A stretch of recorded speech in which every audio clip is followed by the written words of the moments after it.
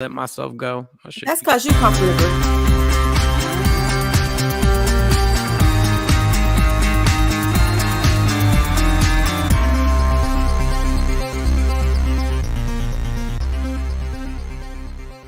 What up, y'all? It's Michael Shawn, and I know you want to be a podcaster.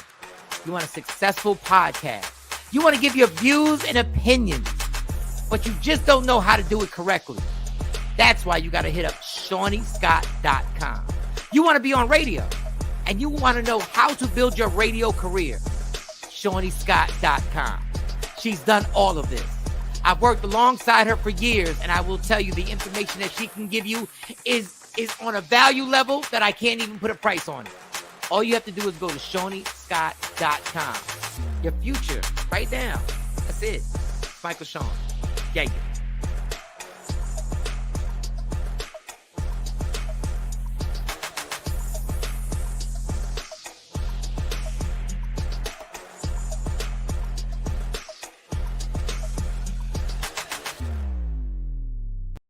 Michael Shawn and the Takeover Legends, where the truth hurts, but also makes you laugh. Baby, tap in. Tap in. Don't never stop if you want to be on top. Yeah. Low waist, fat, baby, tap in. Oh, I'm going to tap in for sure. Tap in. Yeah, ladies and gentlemen, we have made it to another mother effing Friday. It's Michael Shawn and the Takeover Legends. Yeah. Everybody, listen, man, they tell you all the time, every inspirational speaker, motivational speaker, every therapist, everybody will always tell you, you should never live your life for Friday.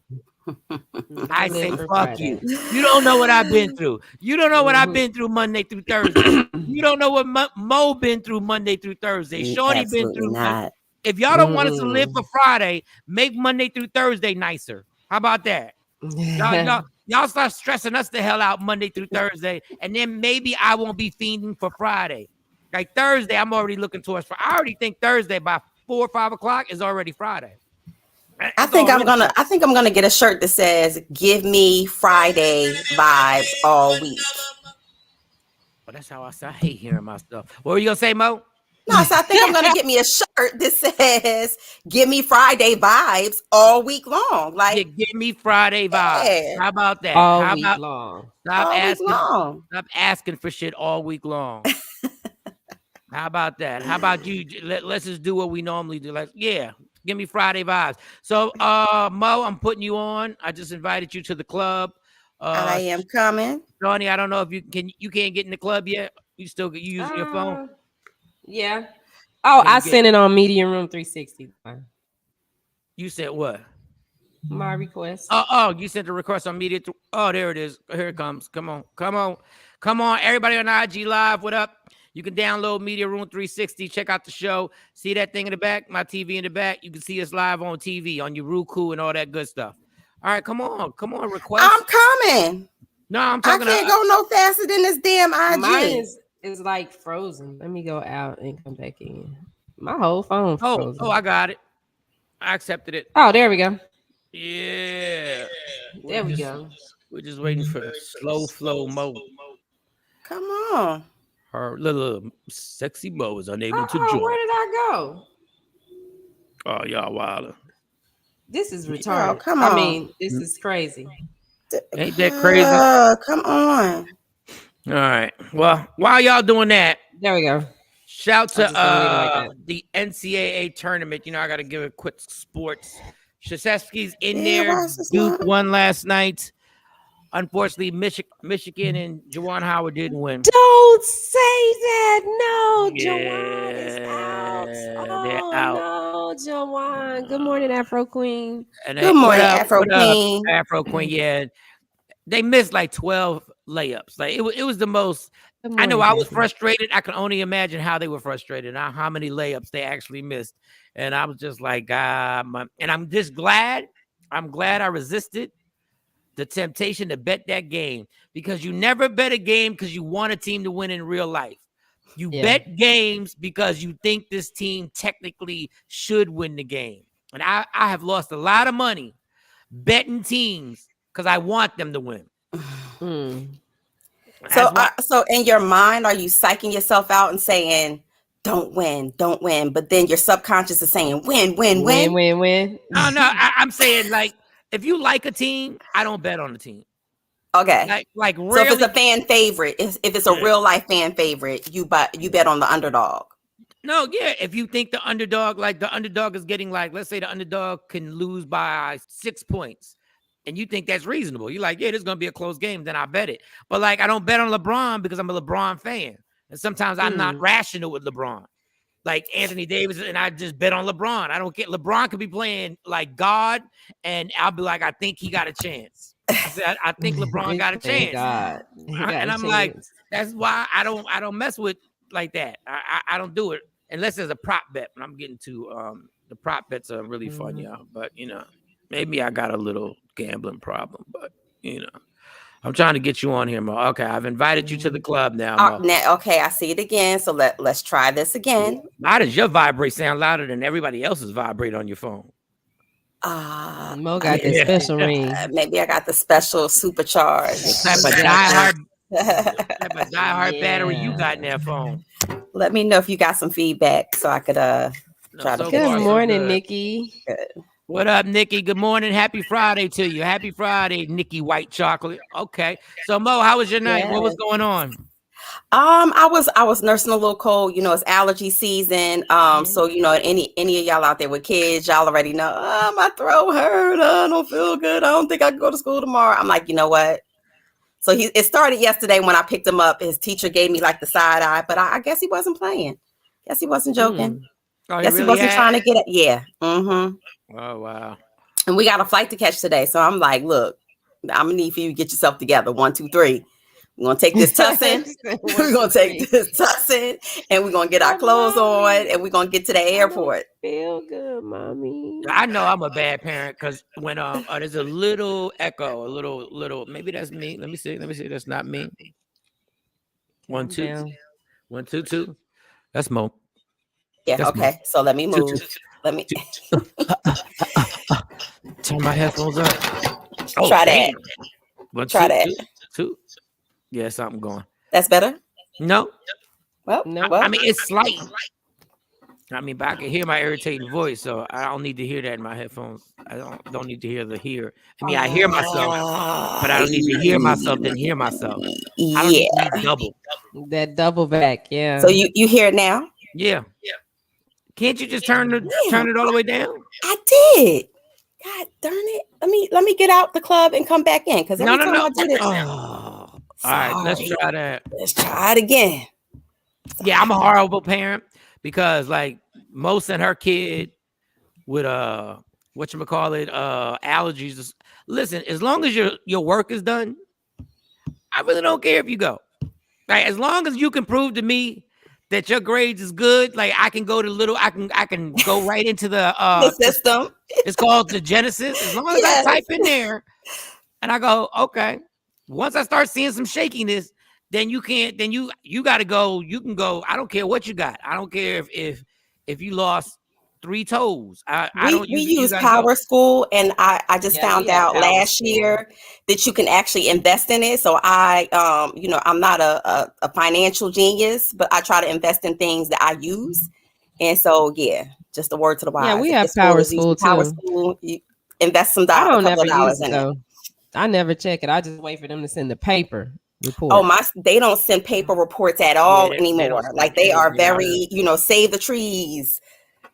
Very conscious. They're very save the trees, but they're very lazy as hell. But hey, got it. I understand. But I like the Genesis is that you can just the power. What's it called? The Power Book. Power School. Mm-hmm. I like that you can just type in there and just get on in there and be like, okay, let me see what's going on.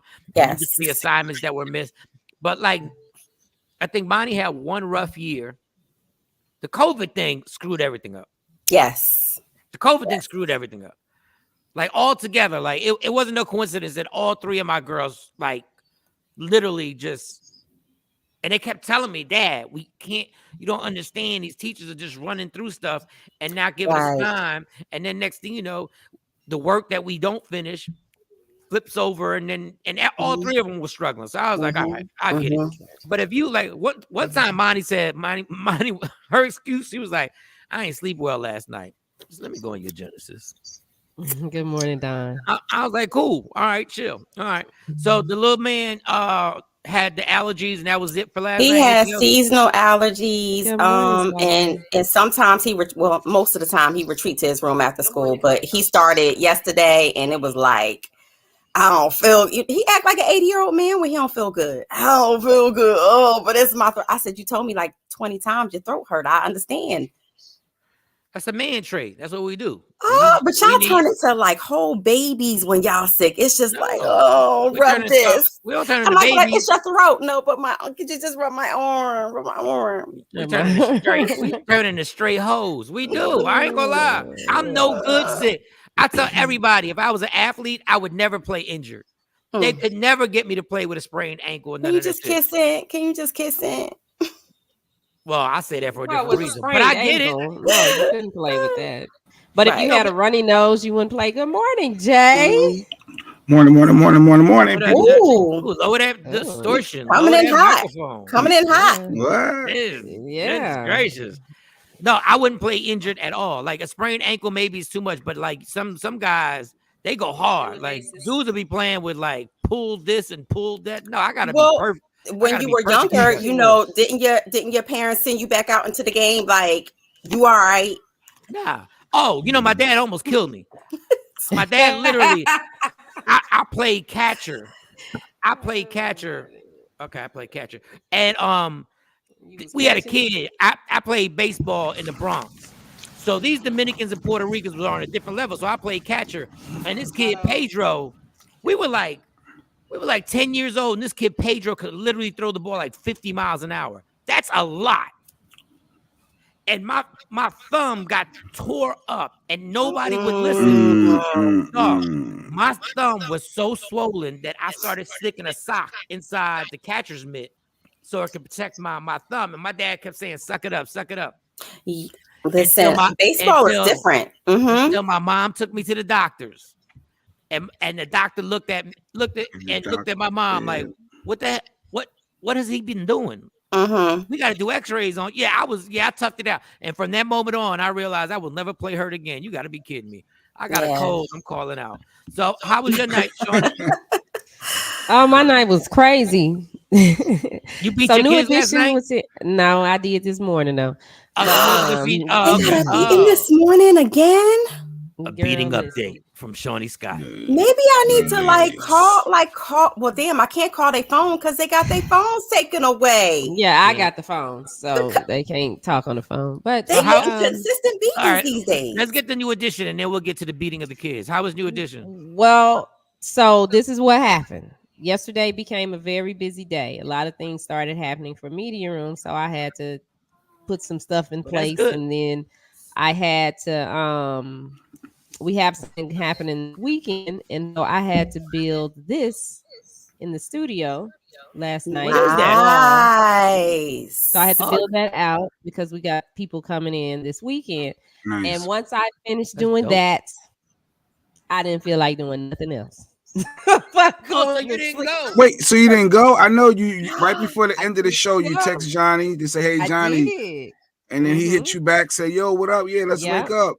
And then that's where we last left off. Wait, so Johnny was gonna look you out and you didn't go? He said he looked what? Yep, he had me. But I was tired. And then the show was all the way in Fort Worth. It wasn't that right there in Grand Prairie. It was all the way in Fort Worth. They had tore up the damn toilet in the back. So it was it was at the Toyota place? No, it was at some place in Fort Worth that I ain't never even heard of. What the hell? So who tore up the bathroom? All right, now we're at the bathroom. One of the girls tore up the bathroom. So was it flood? Was it water? Was it what? Yeah, they stopped the toilet up. Tommy was probably hurting because I gave him some stuff. I made him some ginger root tea to help build their immune system and keep them. Play with you. Well, no, you got to though. Got to keep it right and get all these toxins out your body. So one of them stopped the toilet up, and I don't know what she did, because the plunger is right there. So, all you got to do is do that. And she kept, I can't do it. She started taking the water out the toilet and pouring it down the tub. Lord. I said, what are you doing? And pouring it down the tub. Yes. Oh, yeah. No, I know you whooped ass. I know you whooped ass. Okay. Never mind. What you do. We got to work on that comment. Never mind. I know you whooped ass. I was like, nah, y'all better figure that out, because if I come back there, I'm gonna have to stand there and do it. I'm gonna have to stand there and do it. So you stand there and figure out what to do, right? And so after I finished this wall, I said, let me sit down, and I started watching Michael Shawn streaming club show, Inventing Anna. And I didn't get through the first episode because I fell asleep. Yeah, I got to do an adjustment to that, y'all. But go ahead. And I woke up this morning with notes. They left a note in the kitchen saying, we washed the dishes, but those dishes that are sitting over there were drying. We're going to put them up in the morning, and we'll take the trash out in the morning, and we'll do something else. Then I walked back to their bathroom to check to see, and there's a note on the toilet that said the toilet is stopped, and all the towels are on the floor. All the towels are on the floor. I said, if y'all don't get y'all ass up right now, get this bathroom straight, because now I have to call maintenance. No good deed goes unpunished. So this whole time, all night, I'm thinking, oh, Shani, she's out at the New Edition show. She hanging with JG and the gang. They having dinner. They're rocking the show. Yeah, it was like 8 o'clock. I was thinking, you like, is it real? I said, Shani having fun right now. Tam and them are there. I thought you was watching Bobby Brown walk off stage abruptly. I thought you was right there in the middle of it. I thought I was gonna be there too, and shout out to Johnny for hooking me up, but I did not make it. I texted him, I told him I am so sorry, but I am tired, and we had to hook up another time. Well, speaking of Johnny, I keep getting wait, Mo. We're not. We got to go through the process. Yes, Nick. No, I'm talking to her. I mean, I'm speaking to her. Go ahead. God damn! Can you follow rules, motherfucker?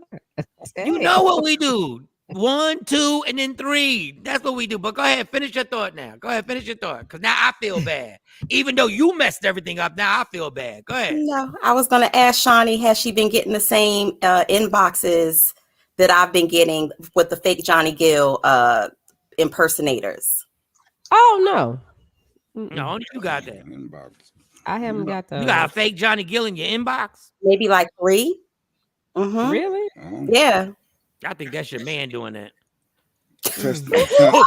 What are they saying though? What they saying though? Who would even know that you know Johnny Gill? Like, who would even know that? I'm thinking, well, it's only been happening since we interviewed him twice, and I've just been getting these fictitious accounts with Johnny Gill on it. That'd be funny. That'd be so funny if it's really Johnny Gill. But what does he say? What do they say? Hi, Monique. Like just little one-liners.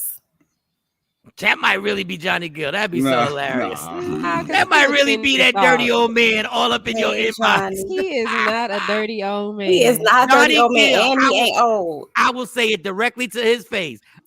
Rewind our interview. Johnny Gill be laughing like a dirty old man. Johnny Gill be laughing like he's not. I love me some Johnny.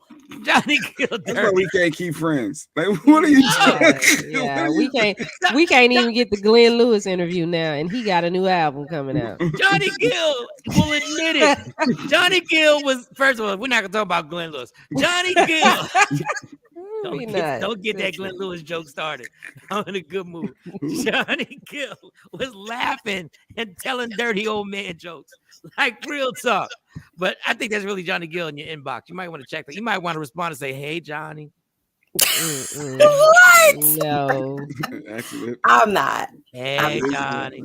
I think he would complete the thought if he was trying to get me too. He's trying to put his foot in the water to see how hot it is. He checking the temperature like, hey, Monique.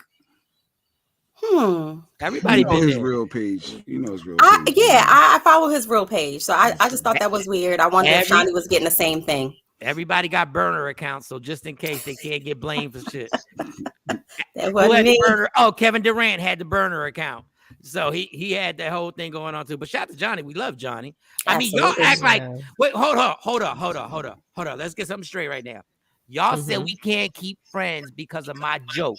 No, we can't keep friends because Shawnee asks for fucking favors and then she stiffs him. And after he tells his agent or his publicist, Shawnee Scott needs tickets and leave them at the credentials at the box office. Yeah. Get her the get her the backstage credentials. Make sure she has all access. And then she says, "Nah, I'm tired. I'm tired." I mean, we've done. Hey, right before we have stage. It's okay. We have a relationship like that. Yeah, so it's okay. You screwed up the what? Now none of us can get nothing. Now can't none of us ask for nothing. Yeah, no, y'all can ask. No, we can ask. It's not gonna happen because when we ask, it's like, "Yo, last time I put that tickets out there, your girl Shawnee didn't show up. She just ain't. No, she ain't even show. She ain't even hit me. I think this is probably the second time I didn't show up. Jesus. Oh, did you at least text him and say thank you so much? But I had a family emergency. Yeah. Well, no, I just told him, man, I'm tired. Because like one time I was supposed to go to LA and stay with them, and I was like, I'm not gonna be able to make it because I got other stuff I gotta do. Now, let me make sure this echo because I still hear that echo. The show was fire. Her knees still hurting. She was dropping low. Tam, who twerks to New Edition? Like, how are your knees hurting, Tam? Like, please explain to me why your knees hurt. Maybe, nah. My knees hurt. What you did? What the hell? Like, what are we doing? Like, the bounce of it all. Gosh, Tam. But I'm glad you enjoyed it, Tam. We still got that echo. Yeah. What is going on with that echo? Who got it? Let's see. Who got it? Who got the echo? I don't know. Let me see if I. Where's the echo? The echo. Test. Is it still there? Maybe it's me. Hello. Mike. My mic sound nice, chick. You're good. Jay Black, say something. Yo, is this thing on? 1, 2, 3. Okay. I can hear me. Hold on, let me do mine. Hello. Okay. Let's go to that last square. Dun, dun. I was on mute on purpose that whole time that you said you were hearing the echo because I knew you was gonna say it was me. Yep. Nope. Test. She's on mute again. Unmute. Every time she put herself on me because she's the problem. No, do it now. You talk about the problem. That's the vocabulary we're using. No, her audio is the problem. How about that? So let's see. Let's see. There's a lot going on. Because I think you're sounding good. Mo. Just this talk. Is good. Don't be insecure. Yeah, this is good. I'm not insecure. Okay. All right. Tam said the DJ was popping. Yeah, that was our DJ Cool. The legendary DJ Cool. Oh, wow. So that was definitely a concert. Yeah. He came to Dallas? He's the tour DJ. Yeah. That's dope. That's a good ass check right there. Let me tell you. I don't know, Shawnee. Maybe you should have crawled, did like a little slow bar crawl into the concert. I could not. I think it was 7 o'clock. I was in the bed. I was out. Oh, you must have been tired. Like, no, because all week it's been nonstop, and there are things that we trying to do over here, and so I was just tired. And then I was frustrated about it because I forgot about the show, and there's some other stuff that went on. Using this morning? Wow, I don't know. There's something. There's like a demon in this show today. Like, what's going on? Like, this thing is just popping up out of Friday. It's Friday. Let me invite Mo one more. Okay, I invited Mo. Okay, let me see if we can get everybody on his side. All right, Jay Black, it's your turn. How was your night? Oh, I had dental work yesterday. My mouth was jacked up. Pause. I had to get I had an issue with I got an implant. I got a new crown yesterday and some cavities. My whole left side was jacked up. But there was a bunch of doctor visits and dentist visits yesterday. I've been telling you about them because every time you got to do regular procedures and then on top of that you got to fill a cavity. Now you just added extra pain to you. I don't know why you do that. I wanted to get it all done, and I still got to go back. I'm talking about why you allow yourself to get a cavity. It was under a silver filling. Like, who knew? Like, how do you get a cavity under? Who gave you a silver filling? That's part of the problem. Over a cavity. The cavity probably wasn't there when they did the filling. This was, I guess, it's years in the making. How do you get a cavity under a silver? What type of crack cocaine were you eating? What are you eating? What are you eating? I may not eat the best food all the time, but yeah. But it's gotta be some candy, right? I don't know what it was. I don't know why I was Sugar? Are you flossing? Regularly, that's what they said. Mhm. Every time you brush your teeth, you should be flossing. Yes. Okay, well that. You only get one set of adult teeth. You got that damn right. Well, yeah, that was it. And then I had to drive. Well, of course, my wife don't like driving in the heart of Philly, so we had a doctor's appointment, so I had to drive, and because she's scared. Wait a second. This is what I don't think. This is what I don't get about that. And Lady Q, don't get on me because you complimented me yesterday. So I'm not trying to be Correct. Yeah, how do you eat something so bad that it gets a cavity under a silver filling? Like that is bizarre That's to what me. the dude said. He said, when did Lady Q start Mm-hmm. becoming scared to drive in the heart of the city? She's from there. She's from the suburbs, and that's part of the problem. When you're from the suburbs, you don't like all of the city traffic, and people drive differently. And if you ain't built for it, they do drive different. No, It's way more cars. It's way more reckless driving in the heart of in Philly as a whole than it is. It's so mental. It's so mental. It's so mental. Jay just likes driving her, and I think that's sweet. I don't. She got that me. is. Yeah, I didn't want to say it. Jay. I think it is too. That is just sweet that you like driving your wife around. That is a position. beautiful thing.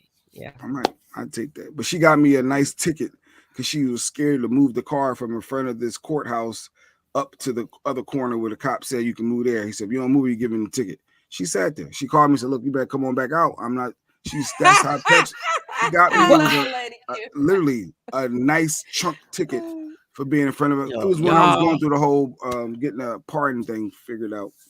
Y'all really meant to be with each other. Y'all really meant to be. Y'all both be doing some suspect shit. but I love it. I love it that you're using your love languages, Jay. Like I know you don't like to be. I know you don't like to be mushy, but that's you using your love language. That was an act of kindness. You know, baby, I'm gonna drive you. Don't worry. I know how you feel about driving in this crazy ass city. I'm gonna drive you around. Where we going, girl? Okay. I love it. Okay, Lady Q, you gotta conquer that fear. You can't because it's all mental. You know how to drive. It don't matter how I'm being serious. It don't matter how little the streets are. You know how to drive. Like you do. You know how to drive. I probably that's why I throw my daughter Monty. I was like, all right, let's go. You gotta. I think it's the parallel parking because she don't know how to parallel park. I think that's probably what those are. I still don't understand. She got a license and don't know how to parallel park. I mean, in Philly, in her defense, in Philly, parallel parking is like you need a degree to parallel park in Philly because them spaces be tight, the block be tight. You gotta tap. Yeah, everybody they bump everybody. But now you got the back. We had the parallel park and we didn't even have the rear cam. We had to do that thing straight on the rear view mirror. Rear cam, I be giggling with the rear cam. Yeah. I don't even use mine. I don't use mine. Oh, you got to be kidding me! I use my rear cam. I don't use it because I lived in Philly so long in them tight blocks. I just got used to. But it took me a long time. It took me a long time to parallel park in Philly. The rear cam makes it feel like a video game. Like I literally feel like I'm getting extra points. Just stay within the lines and just stay within. But everybody's rear cam is different in every car. Like I noticed every car got a different type of rear cam. So you got to learn the lines to stay in them lines. Yeah. I be making drastic turns on purpose just so I can get back into the line. Like my daughter was in the car one time and she was like, what are you doing? If Lady Q drive that way, she busts in these doors, she gonna be good. If she drives the way, she be busting it on day. Oh yeah, that's hilarious. If she do that, she should never get behind a steering wheel ever in life. So that was it, Jay. You just got dinner work. And then like I said, I had to drive down. That was consuming my day. My mouth, I couldn't even feel my tongue pause. I told her, then I said, I could chew this off right now. I don't feel anything. I hate left that. side. I couldn't feel nothing. But yeah, I hate that. Take care of them teeth. Yeah, I hate it when it wears off because I got like an ultimate. I think there's levels to a cleaning. When I was in Texas, they had this cleaning, and I don't know why I asked for it. I don't know why I said, yeah, give me that one. They wore my shit out. It was sore for like 2 days. We had a deep gum. Yeah, deep gum. I guess. I don't know what the hell it was. All I know is all of a sudden they cleaned it so good that it almost seemed like I had a little gap in the bottom. I was like, there was that much stuff in between my teeth. I said, Did you go to Mint? nah, I used to go to Mint, but then I started going to this other place because Mint tried to charge me $50 one time for whitening. Get the fuck out of here. All right, let's get the show started, y'all. What was your night like, Mike? Oh shit, what was my night like? I fought the temptation to bet on the game, like I told y'all, because I was watching the NCAA tournament. I told y'all I used that Halo thing, and I tried to call for the customer service to get the affiliated, what's it called? The affiliated text? The affiliate? The affiliate link. I tried to get the affiliate link, and them cats had me on hold. Like, they was like, we don't want to give it to you. And then I did exactly what Shawnee said. And now there's another number because I called the customer service number. They led me to somebody. And now today I'm calling back because I couldn't hold on. I'm not holding on for another 30 minutes. But I did that. What else I do? I found another instrument, but then I lost it. I found maracas. I know you better give Sister Jenkins back her damn mini tambourine. I found these maracas and I lost it. And I put it in the toy bag. So now I gotta, but Monday I will have instruments on Monday. I got my mom looking in my dad's my mom's looking in my dad's little studio in the garage because my dad, he play all types of instruments, but I'm gonna have badass on the what is that, the drum, the congo? Yes. Yeah, the congas and the timbales. I'm gonna have me a goddamn cowbell on Monday. Why? It's gonna be a problem. It's gonna be a problem up in this show. And I think that was it. My dog is getting old. Dino, he will no longer walk. No, that's Monty's dog. He's Kane. Oh, okay. That's the lively one. He's but Dino will no longer walk up the steps. And I don't know why. He will no longer walk up the steps. He tired. Yeah. And your steps at your house are kind of steep. Like they're. But I'm thinking, is he losing his sight and he can't really see what's going? Because his legs are fine. Like when I get him to go up, his legs are fine. He'll get up there and get up there. But he's feeling around. So I'm like, I hope this dog ain't losing his sight. Oh, and I know he's going blind. Yeah. And now I know he's getting old because I literally, every time he comes right around here, I got to walk him. So I'm walking his dog like 5 times a day. And if I don't, he will pee. And he's never done that before. Oh, yeah. He's always been good like that. Like, Dino will chill and be like, all right, dog, like, take me out. So now every time I see him come around, like, where's he at? Is he here? No, he's still upstairs. He won't even come down until he knows he's going to stay down here for a while. So then I walk him, and you know what? There's a community of people. I don't know what it's like where y'all live at. Well, Shawnee, you don't got a dog. Not yet. Mo, you ain't got a dog. My dog's gone. Yeah. Okay. Jay Black, do you walk your dog? You just send the dog to the back? I just send him out back. I'm bad with doing the consistent walks. It's like, just open up that door, let him run around. Then you got to go out there and clean out the yard. Yeah, at some point I will. Yeah. Ooh, don't go in his backyard. I'm not coming to no barbecues. It'd be too cold outside. And a barbecue over there. I ain't coming to no barbecues at Jay Black house. Yeah, not right now. So now, because I walk the dog so much, because normally I walk the dog like before we start, and then after we get done, I give him just another one, and then I go to sleep. But now I'm walking him so much, I'm checking out the white people, and I'm part of the walking the dog community. Hey, okay. In the morning, same time, same place. No, after work too. The after work one is the official one where everybody's out there and walking the dog and stuff like that. And I'm sitting there, and now I'm waving to people and shit, and they got the little thing, the scoopers that you just grab. They got the little station where I grab like 20 of them bad boys. And then I'm walking, I'm saying hi. We got a lot. I don't know why I just whispered this. I didn't know how many Indian people. I ain't got no problem with Indian people. But I just didn't know how many Indian people lived out here. Like, I didn't know. Like, it's a community. I didn't know. It's like black people, white people, and then Indian people. But shout to them. Shout to y'all. I mean, that's how it is over here too in Jersey. Yeah. I had no idea. I mean, they thick. They be jogging together the whole night, and they stick together. They jog together. They ride bikes together. So I was like, all right, shout to the Indian people. Hey. One of my daughters started a dog walking business, so she's gonna start walking people's dogs. Nice. How much you charging per dog? $1 a minute. Nice. $1 a minute. So she's going to walk them anywhere from 15 to 30 minutes. Mm-hmm. Oh, okay. That's a good competitive rate. I don't know how them people who walk like 6 dogs at a time. I don't know how because they got it figured out. It's a system. They got it figured out. You got to pick up the poop. She's only going to do 1 dog at a time starting out though. Oh, so $1 a minute. So that's good. You know what I found out my daughter's doing, y'all? You know what? So my daughter got a job. She goes to school, and then she got a job. She works at the daycare and everything like that. So there's a package that comes in, and it says Amani, and I'm like, because Amani will say stuff. But listen, I'm gonna be real, y'all. There's 4 girls in my house.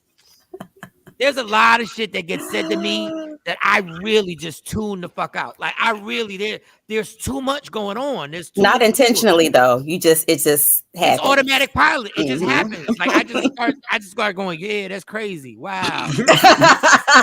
you ad-libbing conversation. I'm like, wow, but when I'm talking to him one-on-one, I normally, I'm focused, but it's like it'd be a bunch of stuff going on, and Stacy be in the kitchen, and Kayla be talking about so-and-so, and Autumn be like, she'll be doing her art, and then so Monty did tell me this, but I took it as is.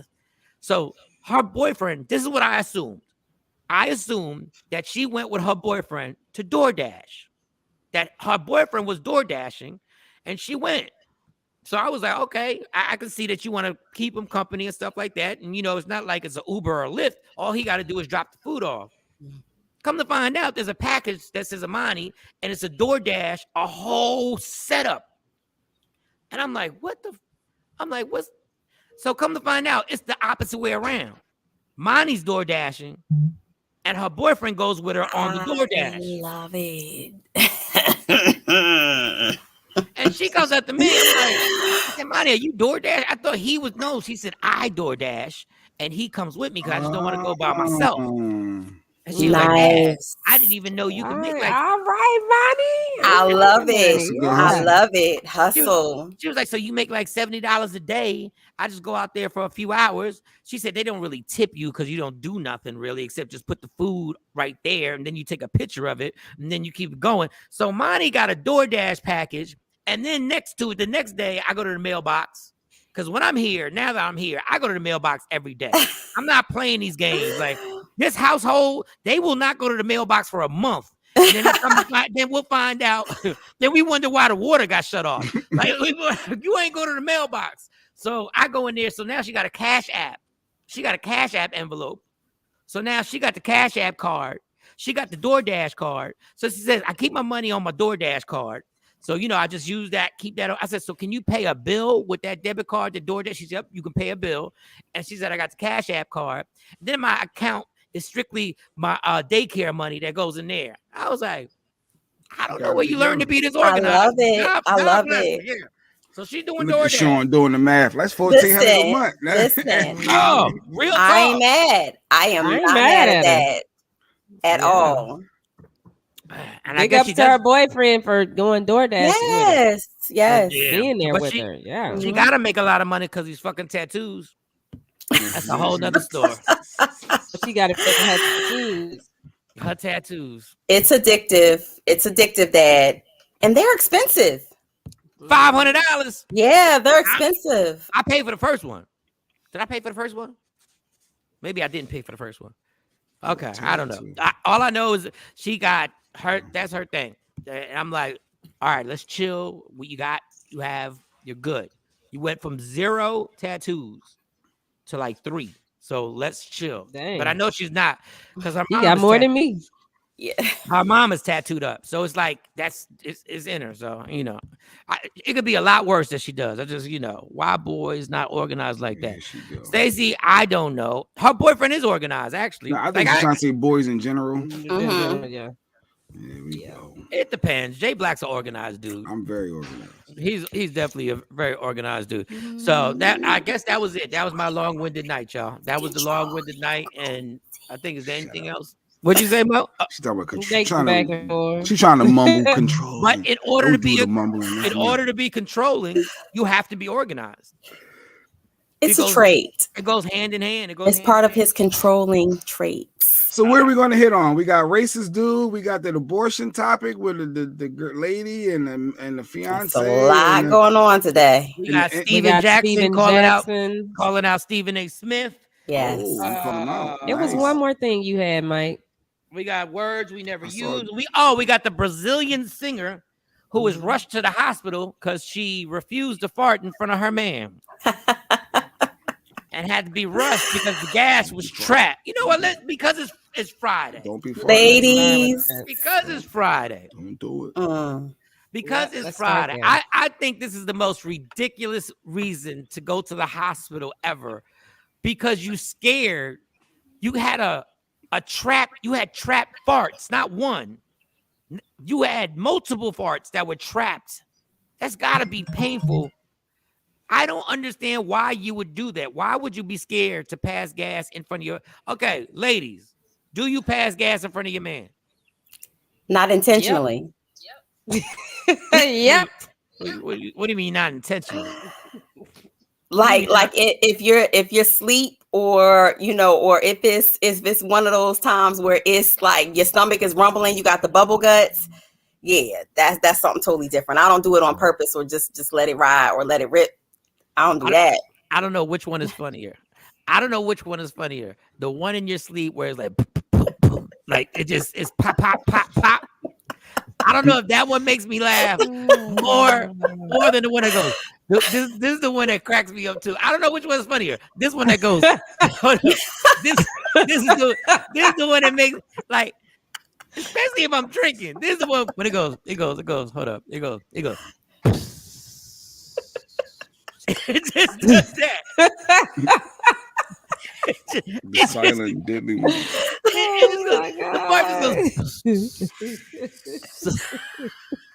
I think I had childhood trauma because my dad used to let it loose and put my head up under the covers all the time. Like, I think I'm traumatized. And I'll just be like, oh my God, I'm never doing this in front of my husband or my man. Like, yeah. But Mo just told me off. Are you allowed to tell that story you told? What? The story that you told about the woman who can't even use the restroom. Yes. So okay. I know a couple who literally he does not allow her to take a number two in front, like while he's there. Like, so it's basically like he feel like she doesn't do it at all. He was like, I know she does it, but I don't want to know about it. I don't want to see it. I don't want to smell it. I don't want to think about it. So she uses a whole nother bathroom in their house. They got a nice house, a bathroom in their house, and she does not use the bathroom in the bedroom because she doesn't want him to know that she's taking a dump. How in the hell do you tell another human being not to use the restroom? He said he doesn't want to think about her that way. And I'm just like, but she's human, right? Who cares what you want? Who cares what you? It's a natural. This is what you do, or else you'll be sick. This is what you do, right? Oh, or if you don't, it's gonna cause a problem. All right, so Shawnee, you said you're good. You will pass gas. You will let it rip. I will. I haven't, but I will. I will. She's still in the honeymoon phase. She's trying to be polite. We just haven't been there yet. Like, whenever that needs like to y'all happen, ain't ate tacos together yet. Like, I mean, we have, but it just ain't never affected my stomach and stuff like that yet. We haven't been around each other like that, I guess, enough. I mean, we've been around each other enough, I would say. But it just ain't happened. Tex-Mex Tuesdays. But yeah, when it does happen, it just Don Payne said me and my wife fight all the damn time around each other. And they give each other that look. Now let's go to Mr. Control Freak because he was like, he said he respected that ridiculous dude for not allowing his wife. It's not about not allowing, but go ahead. Go ahead. What do you mean? When I say I respect it, yeah, I don't. All right. All right. What? Go ahead. It's not ladylike. Do not fart in front of your like. Just don't. What? It's not. That's how I was raised. Yeah, that's not ladylike. I don't want my wife in front of me farting. Like, I mean, if I gotta leave the room, you leave the room, something like that. Do it, but don't fart in front of me. That's Get not. on IG Live. Say this on IG Live. Get on IG But Live. what about in her sleep? Like in her minute. sleep, you can't control it. I'm gonna be honest. She did one time in the sleep, and I woke her up mad because I thought she did it on purpose. Like that was the first time. Yeah. But you know, Why would she do it on purpose? Because she In tried her to act like she sleep? was asleep. I thought she was trying to act like she was asleep and didn't feel like moving. Like That is the craziest. she shit. farted on you. Wait. On your leg. I wish heard I it. was your. I wish I was your little sister for real. I 'cause, heard it. Oh, And I'm I like, what? you up. Oh, hold I up. don't want all that. No, that's not ladylike. Real talk. It's not. Hold Y'all up. can act like it is, but it ain't. No, it's human. not It's ladylike. not about. It's not about. You're not supposed to You- fart in front of you. No. Do you know who made that no. rule up? That is what's ladylike and not ladylike. Fucking guys. Guys made those rules up. But this is what I want to. This is why I love remembering stuff. Yesterday, Jay Black said, "Why y'all saying I'm cuckoo? Y'all saying I'm cuckoo? Yeah, I ain't nobody cuckoo. Ain't nobody Ain't nobody cuckoo. cuckoo. I cuckoo. I Who ain't cuckoo? cuckoo. He woke his wife up because he thought. Now listen, he woke his wife up because he thought she was pretending to be asleep and she Right. farted. Why would she do that? Because like I said, I thought she was just laying down tired, ain't want to move, or because that's just nasty. So you wake her up like you I literally just shoved legit. this to make sure I wanted the elbow and make sure You I'm trying to shoved see. her? Like, hey, like because I'm trying to see if she was faking or not. 'Cause that's rude. That's really rude. It's nasty. It's just real Sometimes it talk. just happens. What do you do? Guys are different. Yes, there's double standard. Oh Yes. my Yes, God. they are. They're literally No. double standards. What But happened? that's not ladylike. crazy. But that's why Mo don't fart in front of her dude. She just said No, it. It's not ladylike. I'm not gonna get up out my sleep and go to the bathroom in the dark just to pass. Like, I'm not doing that, but I'm not purposely gonna pass gas in front of This is my whole my rule. significant other. Like, the most surprising thing ever to the most surprising body function is normally passing gas. Yeah. He wasn't planning on it. Yeah, like you, like You know what I'm I'm saying? just You gonna wasn't do like- this. Here. Like in about 10 minutes, it's about to go down. Well, Like- part.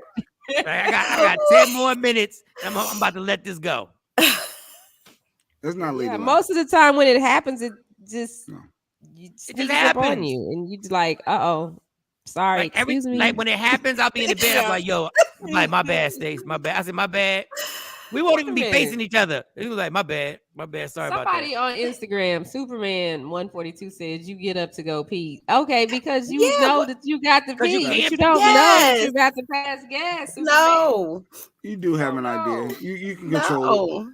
to a You certain cannot degree. control it. The girl is for holding it. She had to go to the hospital. Like, do you know what trap gas feels like in That your is system? Like, that is And like then it goes all around to your painful. back, and your back be hurt. It's worse than being trapped in a closet. It's horrible. Like this doesn't make no damn sense. Yeah, You want to get up dang, to Jay pee. Black, I like you that. got a lot of rules. Well, I mean, of course Mo, you stop get that up because to you already pee. agreed Got that a you lot don't. of rules. No, I don't have rules. Well, it's not a rule that my not significant rules. other imposes on me. It's just something that, that was passed down to Yes. me and taught to me, like, oh, young ladies don't pass gas out in Correct. public. So you you know. avoid it. Not Yeah. just young ladies, but dudes like Jay's like different for dudes. I don't do that. I don't just pass gas. Like if I'm like, yo, excuse me, my bad. Like, excuse me. I didn't know that was about to happen. But my You know stomach it's ain't fun right. when you do it and let them walk in on it. Like, I've never done that. Oh my never God. understand. I always think that is the nastiest thing ever. See? Disgusting. or the elevator, and then you dip out. It's like, That's as bad as my dad put my head up under the covers. Like that's just This poor lady. yeah. This poor lady is so caught up in what her appearance is that she got rushed to the hospital. This lady got rushed to the hospital because she ain't want to do. Why didn't you just walk away? Like, where were y'all? That she couldn't get up. And That go to you the I don't bathroom even and go see to how another how room. did trap she gas hold fit- it. Yes. Trap gas How did feels she like a hold heart it attack. in? No, How did I- she hold You it just in? hold it. When I I was doing hold my clinicals, there were a lot of people who came through the ER thinking that they were having a heart attack, and it was gas. just trap gas. Yep. That's how bad it hurts. Yeah, Oh my God. Yes. get some Pepsi. Drink some Coke. Pepsi. It's a Pepsi No, and Coke. You Get can't the burp good up trap doses. gas. Like You can't burp up trap you gas. might burp, but no, that if it's an air bubble like that, That's severe. You gotta go to the Well, what mercy can they room. do? They can't do nothing about that. Oh, they do things to get it out, and you feel immediate relief. Poor thing. You know how insecure you got to be to get rushed to the hospital? Like, you like, yo, I'm not letting this out right here. Call the ambulance. And she probably didn't even tell him why. She probably had to lie to the very end. She probably had to lie to the doctor came out and said, you know, this ain't nothing but 3 or 4 farts that are being held up, right? Been sitting here the whole weekend. Been sitting here the whole weekend. That poor girl's the type of chick that don't want to eat in front of her man, don't want to do no type of stuff in front of her man. Now I will eat. Like I we know. I will. We know. We know. Luckily, I have a significant other that likes to feed me. Like that's all he does all day long. He wants to feed me. So I ain't got a problem with that. All right, at least I mean because getting into this other subject is so ridiculous. Like it's gonna, Which one? It got several. Which one? Because Stephen A. Smith, that one, okay. I'll wait because he's just. I wish we not cancel Stephen A. Smith, but I wish people would stop watching that damn show because I know I stopped watching it. Mm-hmm. But the abortion situation. Oh, the meme. Actually, wasn't even a meme. Somebody had posted. Here you go, Mo. I'll let you read it. Oh, wow. This man's fiance took his 16-year-old daughter to go get an abortion, and he found out about it and called off the wedding. All right. How in the hell do you take another person's daughter to get an abortion and not let him know? Well, you can see it. No. You can see how that could happen. I mean, when I first read it, I was like, damn, that's messed up. And I was like, oh, I could see the trust that the daughter had with the fiance and the bond that they had. And like, you can see that. You've been with somebody long enough and you're about to marry their father. Y'all got a tight connection. She trusts you.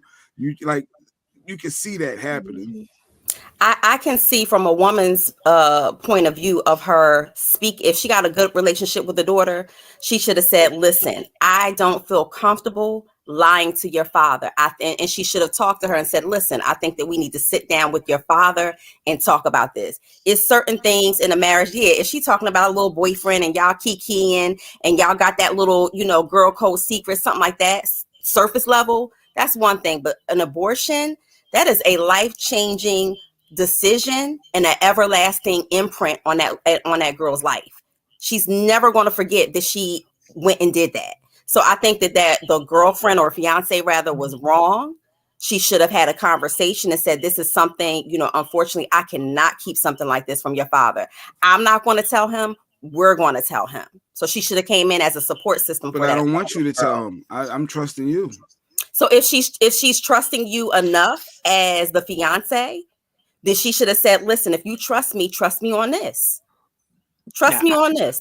I mean, she's the adult at the end of the day. And I want y'all to keep going, but I do want to add a different angle. What if she would have died? Right. Stacey Mitchell. Because people take for granted that, abortion is, because it's so desensitized to society, they think that, she just had an abortion. Like it's no big deal. Abortion? Yes, you can. It is an invasive procedure. The tools that they use, they can puncture your uterus. You can bleed out. There's so many different things. An infection, you can die from infection, all kinds of things. So yeah, no, definitely not. I think that she definitely crossed the line. And this is not about trust. This is about safety, first and foremost. Now, on a different angle, and I want y'all to keep going on what y'all talking about. This is why I have 3 daughters, and this is why you never make getting pregnant a death sentence. This is why you don't walk around saying, nobody better get pregnant in this house. You get pregnant up in this house, you're going to be out this house. Yeah. You're not going to be staying in it. Listen, don't nobody want their kid to get pregnant. Right. Don't nobody want their teenage daughter to get pregnant.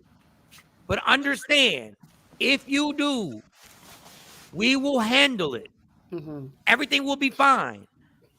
I was so scared of getting somebody pregnant in high school. Like it was, and I was the dude.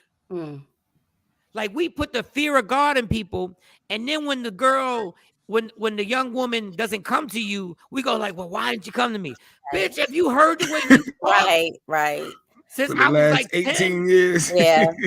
But I'm like, I had real young parents. My mom had me when she was 14.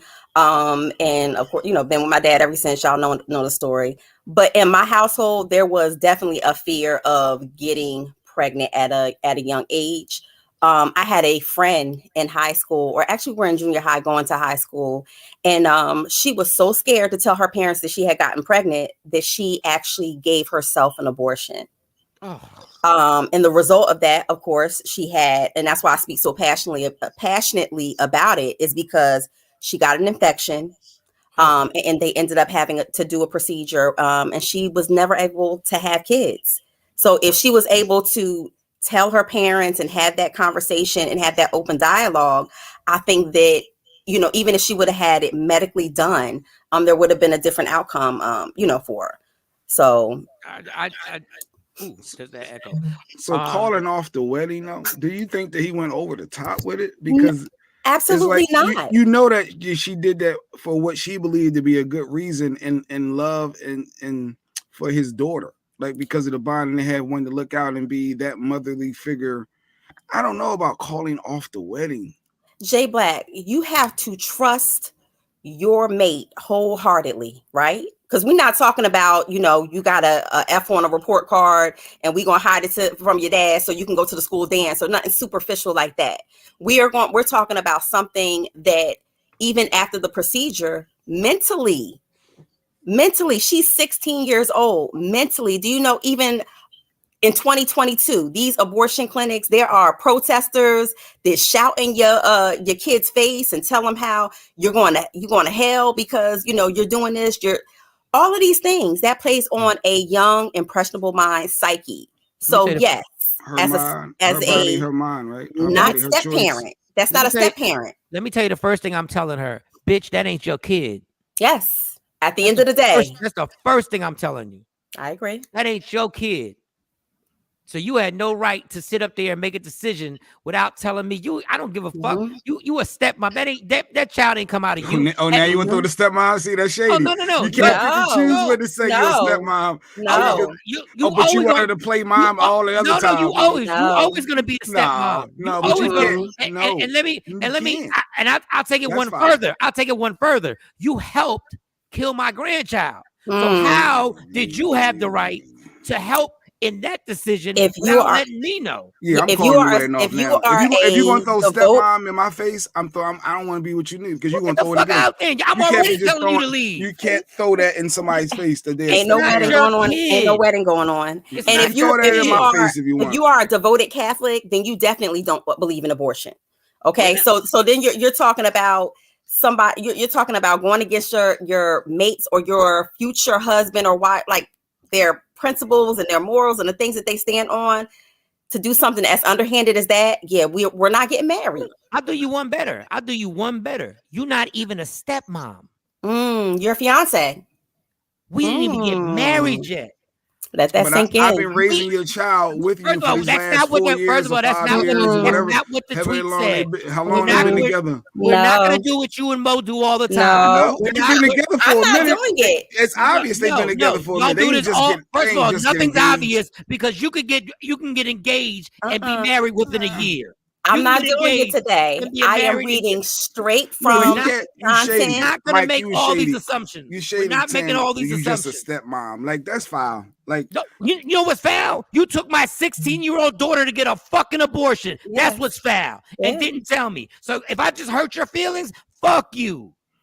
You just took my 16-year-old daughter, who last year was 15, and took her to get an abortion without telling her father.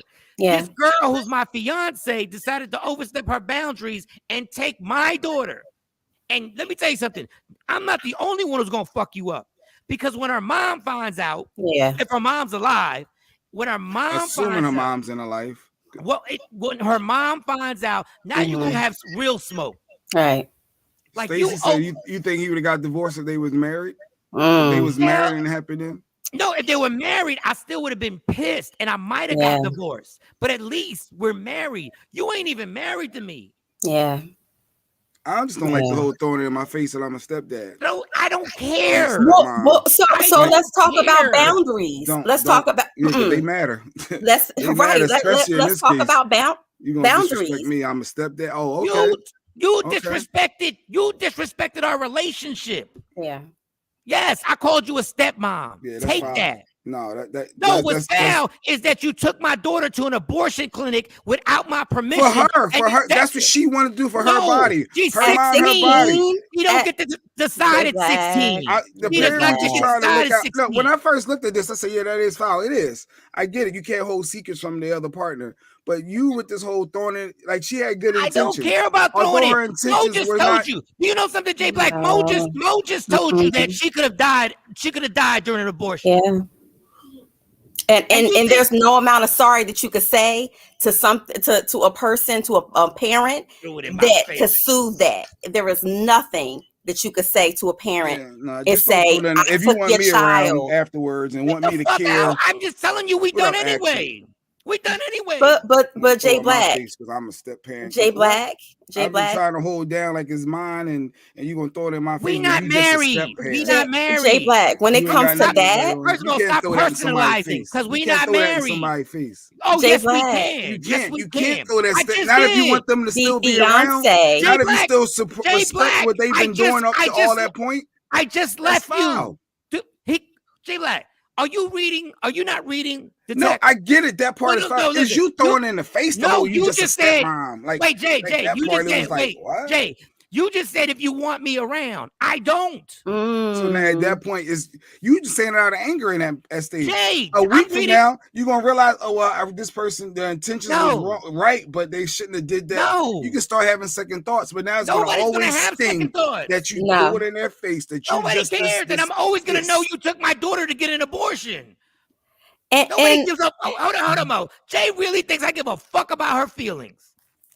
I just told you it's over. I just called off the marriage. In the moment, it's over. No, ain't the moment. My daughter will never have that child ever again. That child is gone. She didn't want the kid. I'm sure they talked about it. They had conversations. We don't know what steps was there. Do you know how many people contemplated an abortion and changed their mind and now have a beautiful child? True. Fuck you talking about? I care about your feelings. Nobody give a fuck about your feelings. I just thought it was another perspective on that because I get it where her intentions were. Nobody worried about. I don't give a fuck about what your intentions were. You overstepped your lines because you thought you knew better for my daughter than what I knew. She's 16. She probably wanted to have an abortion. Who makes that choice? If it's her body, her choice, her mind. Not at 16. Not at 16. Make that choice. Not at 16. And if you want to be included in the family plan, if her biological mom was involved, we don't know all Black. of the details. Nobody cares. She cannot make that decision at 16. If her biological was involved, say if they were in cahoots together and both moms, stepmom and biological agreed. First of all, you keep remixing everything. That's not what happened. Let's go off of the content. Those are the facts right there. Looking at this, I'm sure there's other surrounding factors. There's no other surrounding factors. We're talking about what we're seeing right there. The fiance's not the mom. She did not talk to the mom. She didn't talk to the dad. The dad called off the wedding because she didn't tell him about it. Bam. That's what it is. We're not going to remix it and make assumptions and do all this other shit to try and make this chick look better. And if I hurt her feelings for calling her a stepmom, well, God damn it, I hurt your feelings then. I guess. You gotta be kidding me. Jay Black, it's not even because we all got roles, right? So as a stepmom, yes, there are roles that you have to play in our family, but taking the right out of my hand of knowing about what's happening to my child and his or her body, that's a problem. Would you allow your stepwife to make a decision on your kid having surgery without you, like major surgery? No, I get it, and I get the portrayal part of what Afro Queen is saying. That portion of it, but it's just something about in that moment. Yes, you're pissed, you're angry. A week later, as you're processing everything and realizing that they didn't do it out of spite, it wasn't trying to demolish. This is the person you're about to marry, you in love with, and they, in their mind, they're thinking they're doing the right thing. They're thinking they're helping, like your opinion can change, but the fact you just a stepmom, you don't have like in going at the person. Jay, do you know your feelings change week to week. You keep saying I'm pissed and I'm angry. That's an understatement. You lucky I don't fuck you up. That's what you lucky. You lucky I don't fuck you up for doing this. I ain't pissed and angry. Oh, I'm on a whole nother level. If I can get a chick to beat your ass, I would get a chick to beat your ass. I just don't know the scenario around the deeper part of their relationship, the deeper part of the family life. What you want to do? I don't know all of the factors. Just looking at it on surface level, of course, yeah. But what's the other surrounding factors? Yeah, because that's what you like to do. You like to take a subject and you like to turn it into. Oh, let's look at all the aspects of it. Because there got to be other aspects. So lady, you don't know the aspects. It ain't just clean cut. It's just that. Lady Q says on the flip side, her father may have forced her to have a child, and that's why she didn't tell him. She could have went and got an alley abortion because she had no one else, which is what my friend in junior high school did. But to that point that both of y'all are making, I see Jay, where you're trying to say, hey, maybe it's because that's the only person she could turn to or trust. But there was another way as the fiance. She could have spoke to the dad in advance. No, she could have spoken to the daughter and encouraged her the same way that she said, I'm going to keep your secret. She could have influenced her. If she trusts her that much, influence the girl to say, look, we got to come to your dad. And hold on. And how about this? He may have forced her to have a child that 10 years from now, that daughter would have came up to him and say, thank you so much for not allowing me. Thank you so much for not allowing me to have it. But I think that goes back to the pressure, like what you said earlier about parents putting this death sentence on their children for teenage pregnancies, which, yes, is it going to be a struggle? Yes. Is it going to be hard? Yes. Am I encouraging you to go out there and do so? No. But if it happens as a family, you have to explain to your kids, no matter what comes our way, we're going to deal with it. Maybe the daughter trusted her stepmom, not her dad. But don't be a stepmom with Mike, because she gonna call you just a stepmom. You don't get to make choices. Let me tell you something. I would rather tell a stepmom. You trusting them in I your would rather life listen. I'd rather tell a stepmom something than my mom, because I know what my mom's gonna hold me. She's gonna hold me up to a different level. My mom is gonna tell me, you ain't gotta do that. My mom's going to tell me, she's going to be like, listen, I got you. You'll be fine. There's no reason to do that. The fiance can't guarantee that child that she's going to help her. The fiance can't be like, I got you, because that's not her child. So she can't reassure the child that the teenage girl, that everything's going to be okay. I will be there for you step by step. We will make this happen. Forget it happened. The baby's here. Don't worry about it. You will be fine. The fiance can't reassure her, because the fiance can't guarantee her shit except a ride to the abortion clinic. But I think that's where a lot of the parents go wrong. That's where a lot of parents go wrong, though, Jay, because, again, this is all going back to communication and how you communicate with your kids. If your kid felt more comfortable talking to your fiance, who, I don't know how long the fiance has been in the child's life or whatever, but if she felt that comfortable, you got a bigger issue. And not for nothing, a teenage girl may not want to talk to her dad, no matter how much she loves him, no matter what kind of relationship you have with them. So if she was they 18, feel comfortable. Mike, if she was 18, if she was 2 more years older and this happened, would still divorce the fiance. I'll still be out with the fiance. Because Mike is saying it's a trust issue. You overstep. The you betrayed. Was trying to be a friend, and she doesn't, and that's the problem. See, hold up. That's the problem in itself. Bitch, she don't need a friend right there. I'm not talking to you, Nikki. That wasn't to you. No, I know. We know that. That wasn't to you. Yeah, just in general. Nobody needs a friend. This is the problem. She didn't need a friend at that point. She needed a parent. Well, you need both. You don't. At that point, you need a parent that is there to say, listen, we can get through this whole thing. And I've always held you down. So all you got to do is trust me. We can make this decision. You come home, we'll be fine. And I promise you, when that child is 14 years old, that kid is going to look at you and thank you. Well, Mark says, Can minors? Oh yeah, he says the majority of states require parental involvement in a minor's decision to have an abortion. Most of these states require consent notification of only one parent, usually 24 or 48 hours before the procedure, but a handful of states require the involvement of both parents. Ooh, you sure are versed in abortion law. Trendsetter. So herein lies one of the issues. A lot of these the abortion clinics are private. They're privately ran. And so it's very easy for a teenager to get an ID that says they're 18, and depending on the state, whatever the state laws are, they don't need parental consent at that point. Especially now, if you're 18, you're considered grown by the law. So and I want to know what the fiance is going to do if the little girl the 16-year-old turns out 7 months later and regrets the shit out of it. Mm-hmm. That's why I said the mental implications are forever lasting. So that's the other thing. And be clear, Stacey has raised Monty, and she's a stepmom. Stacey would never do that shit. Mm-hmm. Yeah, ever in life. You want to loop in the person. I just don't appreciate you throwing it in that person's face in that moment. First of all, the fact that you have the audacity to you think I give a fuck how you feel after you took my daughter to get an abortion is absolutely amazing to me. Because you say stuff in the moment that we don't mean in life. No. I mean the whole thing. It ain't even happening to me. You can't get past it ever again. When Shawn get back together, Jay, that comments will sting and slash forever. Oh yeah, remember, because I'm a stepmom. Once again, I don't know if you can have apple juice, orange juice. Actually, Dad, I'm just a stepmom. It'll first always of all, you're not going to be in the house. You're not going to be in the house. You know what, Jay? You really think that your feelings supersede everything? It doesn't. I don't care if your feelings are hurt. I don't care if you're never going to look at me the same. I don't care.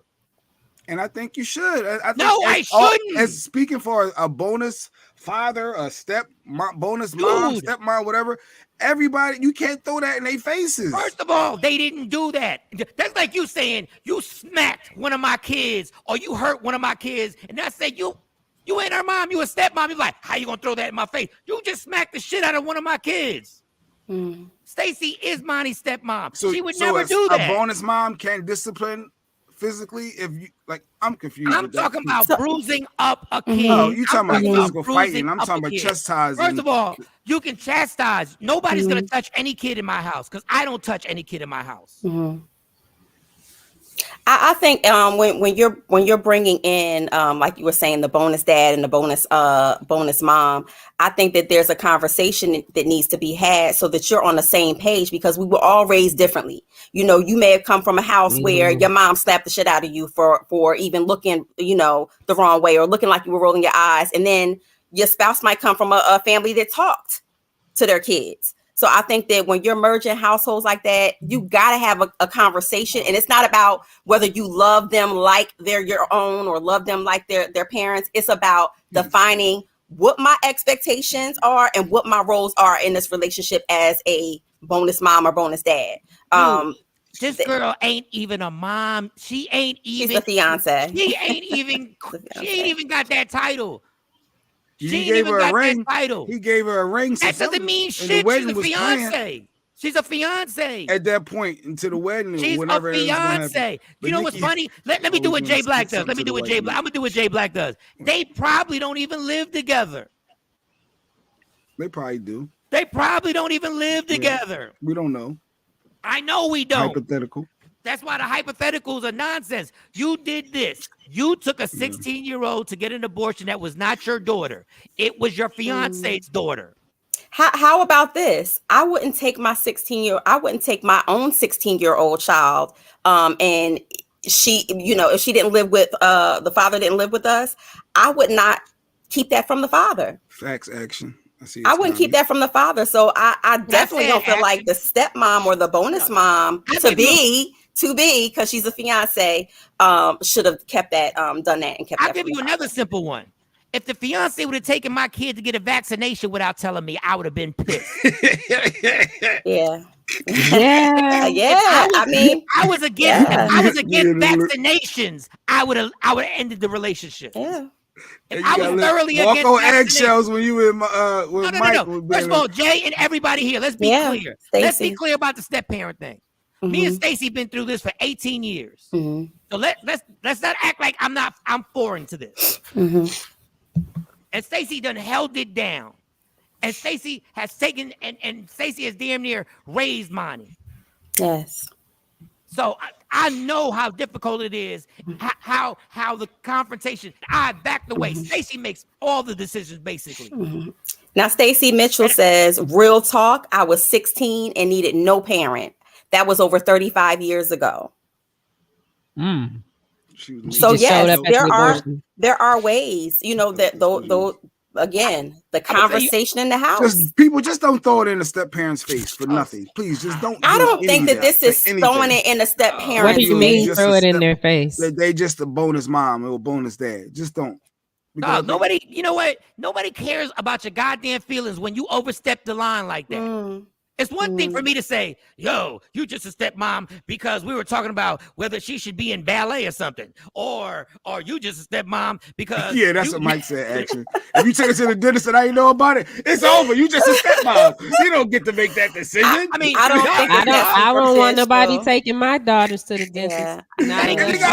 What are you talking about? First of all, let me set no, because you don't know. You do not know. Anything can happen. Before with their stepmom, and I didn't know she don't was ask me about nothing. Don't and I won't, and I won't because they're mine. Because I won't because they're my daughters. That's thank you. I don't know. But at the end, I need help. I gotta make all the decisions. I gotta figure all this out. Can you do this? Can you drive? No, you got Jay. Look to your right. Uber. Look to your right, Jay Black. Boom. What does that say? Boundaries matter. Respect them. So you have to, you know, regardless of you being a bonus parent or a potential step parent, there are still boundaries to that relationship. And doing something like that and not including the father or the mother, that's you overcross the line. And I don't think that there's any coming back from that type of overstepping, because now I know by all means on any level I can't trust you. Yeah, anybody with half of some sense knows that if a decision like that has to be made and you're the step parent, then you should pick up the phone and because like the kid would have just been mad at me. I'm like, I'm getting ready to call your mama and your daddy. Hold on. Let them know. I'm sorry, Shawnee. I'm sorry because I want you to continue. I'll take it one step further, so we'll get rid of the step parent stigma. I'll take it one step further. Let my wife take my 16-year-old daughter to get an abortion and not tell me, and see how it gets turned up in this motherfucker. So you said my instead of our 16-year-old daughter. Let my wife take my 16-year-old daughter without telling me to get an abortion and see what happens up in here. When you use words like that's in defensive mode, Jay Black. So yeah, when we say that's mine, as yours. Y'all got me. Yeah, you become very territorial when you gotta be defensive. Y'all got me fucked up thinking I care. That's how y'all got me fucked up. So you wouldn't even care if it's your wife, your child together. My wife, I would never in a million years. Let's just say our daughter had a better relationship with me, and she was a daddy's girl, and had a better relationship with me. And she was like, Dad, I can't have this kid. I would never, and she said, but don't tell mom. I would never, I said, little girl, you wanted to get in this situation? Well, now we're going to face it, and we're going to make sure we tell everybody who's part of this. Everybody has to sit here now, and we're going to have a discussion, because you don't even know what you're doing right now. Right. That part. So let's take the stepmom out of it, because then we're going to turn it into a stepdad or step parent, right? The whole issue and everything. Let's take it out of it. If my wife did that, the relationship would be in jeopardy.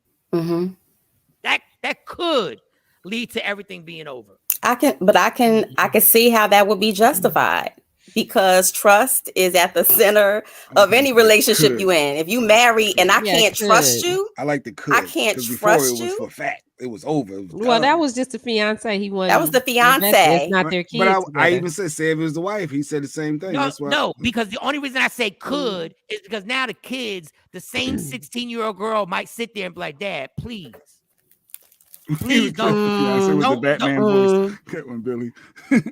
Let me tell you right now, bitch. I don't give That's the only reason. The only reason why I said could is simply because you're gonna have your child, and then if you divorce your wife, the child's gonna feel like the 16-year-old's gonna feel like, well, I lost my mom because of me, and she's gonna blame herself for it. So that's why I'd be like, oh, I might have to take this hit and try and get over the fiance out of here. Like you The gotta kids still could be tight with her and want to keep it in touch, and that'd be good because that's not her mom. Go hold it. Kids are flighty anyway, J Black. Kids are real flighty. They like you one minute, the next minute they on to the next person who you dating. Like they don't give a care about that. And how about this? Since we're gonna let's play the assumption game like J Black likes to play. Okay. Let's take angles. What if the 16-year-old went to the fiance because she knew she was gullible as shit? And kids do it all day. It wasn't that she was cool with the fiance. It's that she knew she can get a ride and maybe have her pay for the abortion. Because maybe she ain't got the money. Because this gullible bitch is doing everything she can to impress the child, just to get in good with the dad. Since we're gonna play this assumptions on all the other ways that they're going down. So my daughter got an abortion. So she went to you. So you thought you can get in good with me. You know how dumb you got to be with that. Yeah. Oh, we can. But you talking about testing out the parameters of your relationship before y'all get married? That right there, that's the ultimate test to me. Hey Mo, try and get on IG. None, Nikki. Yes. Cut you off. Yeah. None, Nikki. Oh, get on IG. Nikki always want to split somebody's head to the white meat, though. I'm noticing the thing. Listen, that's an old school. That's an old school Philly thing. I'm gonna rock your knot to the white meat. I'll be a good conversation. Everybody get on IG.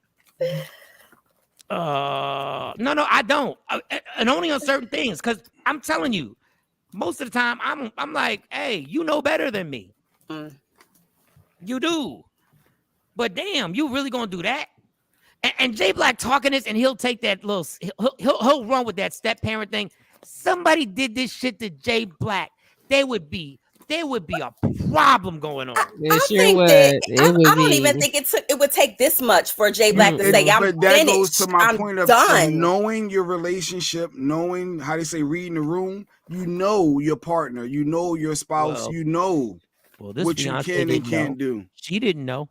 Well, clearly she didn't know what the boundaries were in terms of her role as a pending stepmom, because she wouldn't have did it. Clearly, she saw nothing wrong with that. I don't know why y'all got me kicked up, but that's stupid. Why do we? I mean, it's an emotional thing. I think there's something like that. You have a daughter, Mike. You have a daughter. Stacy is a stepmom, a bonus mom.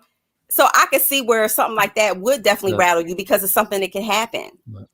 I don't know about stepmom, bonus. Stacy's the mom of the house. Yeah, Stacy's the mom of the house. In your situation, she's the mom of the house. Mm-hmm. So this is what it is. And she know better. And I know better than to do something like that.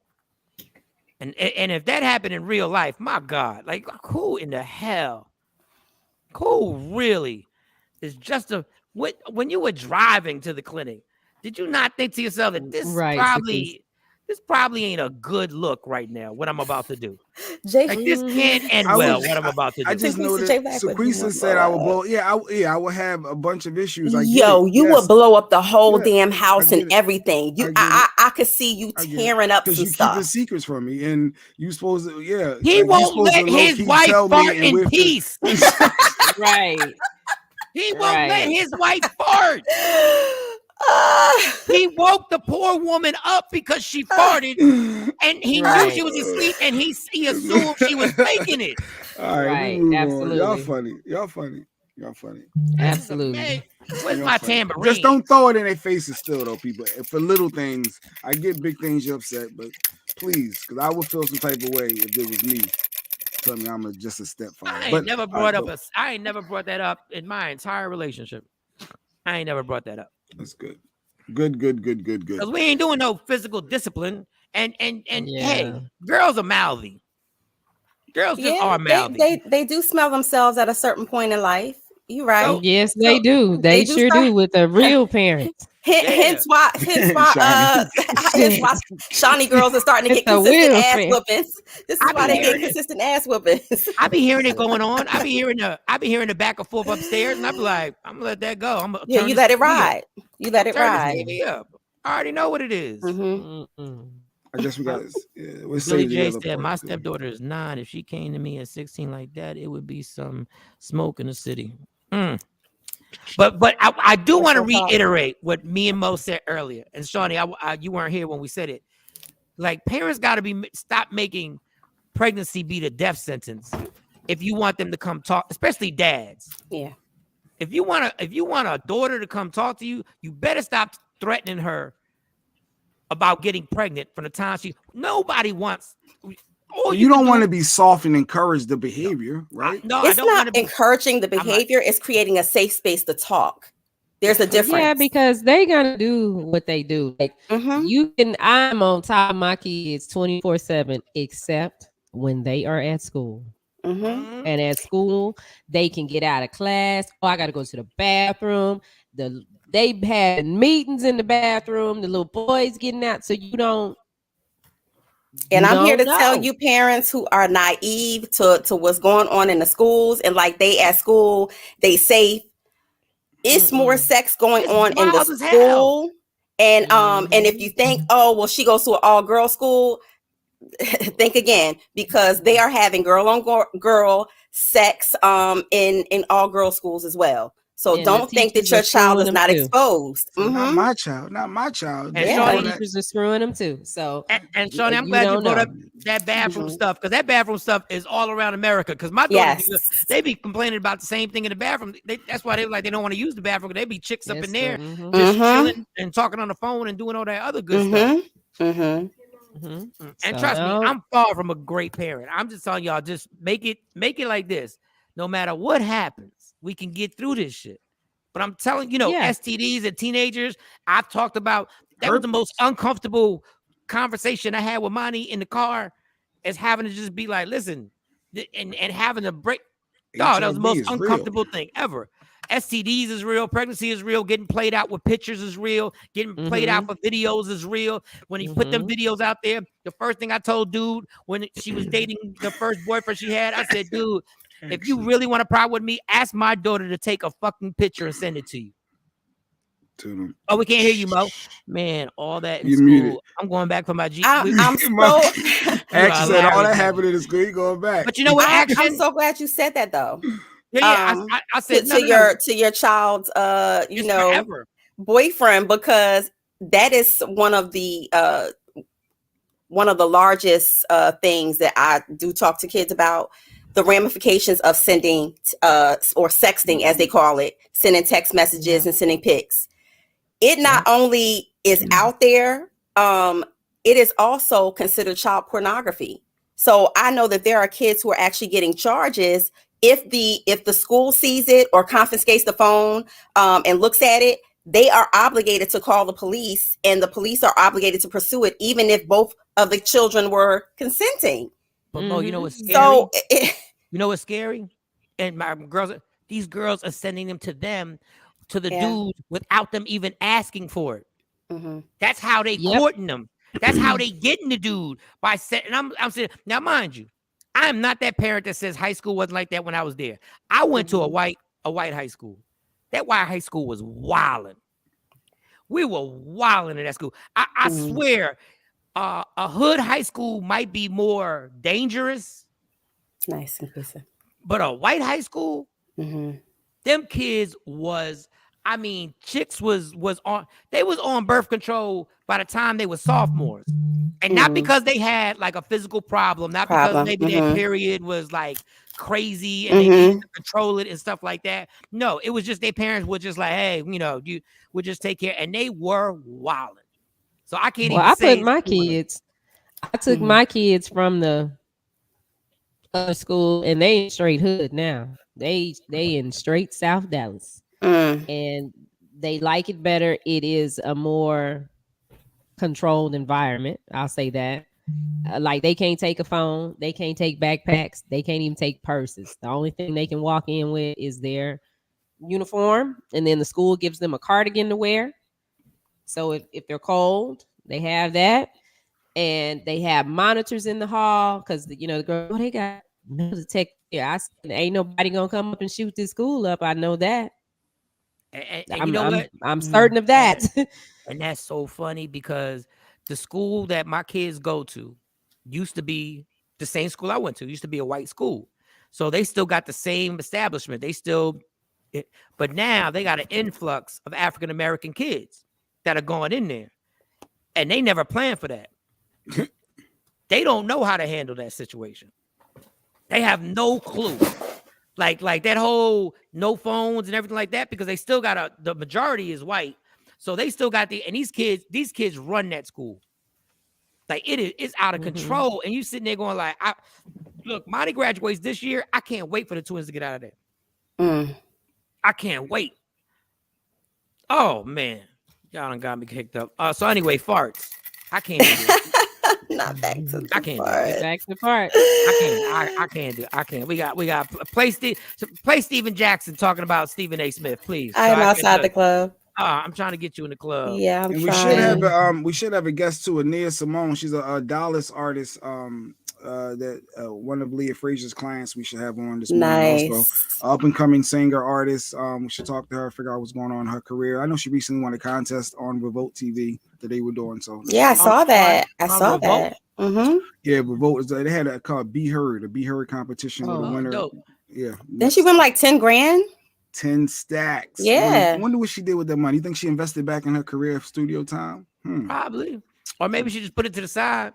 Or down payment on some jewelry. Lil Kiki was on Instagram talking about that. She ain't a rapper. She ain't a rapper. Yeah, but Lil Kiki was on Instagram talking about that. Like, if you really want to do something with your money, stop spending it on belts, stop spending on clothes to impress people. Southside Lil Kiki. Yes. All right. Yes, he was on Instagram just recently talking about that. And he was saying a lot of artists, when they win these, nice big winnings, or they have access to a large chunk of money, they go and spit it on things to impress Instagram. And then when it comes to going into the studio, paying the engineers, the producers, paying for beats that are worthy of radio play, I ain't got it. Can you hook me up? They want hookups. And so he was just speaking on how, it may not work for you or whatever, but he was kind of dropping gems on people of how he looks at the music industry. Yeah, he be dropping some gems. I love Lil Kiki. Underrated. Kiki. Who in the hell? Underrated. Southside Lil Kiki. Lil Kiki. What? Texas from the South. Texas, yes. Louisiana from the South. I believe. Yeah, I believe you. From the South Side. Yeah. I know that song. I was just about to say, I was impressed with myself. I just listened to the King Von album, and oh, really? It was dope. Monty put me up on it. Monty was like, "You need to listen to the King Von album." That yes, sure you do. I always talking about King Von, and she was like, because she didn't like Pop Smoke's album, not because she didn't like the album, but because every song had a feature. Because obviously he was killed before. He could get everything done. And she said, King Von, obviously, I said, he must have done the Tupac and must have had, not because he got like 20 songs on there. Now, did I listen he was on a lot of mixtapes too, yeah. So I ain't listened to all 20 songs. I just skimmed, and then I found like 3 that are my favorite. Because, I've been listening to hip-hop for like 40 years. At a certain point, I'd be sick of hearing people rap. Unless I'm hearing on There's no hip-hop head ever.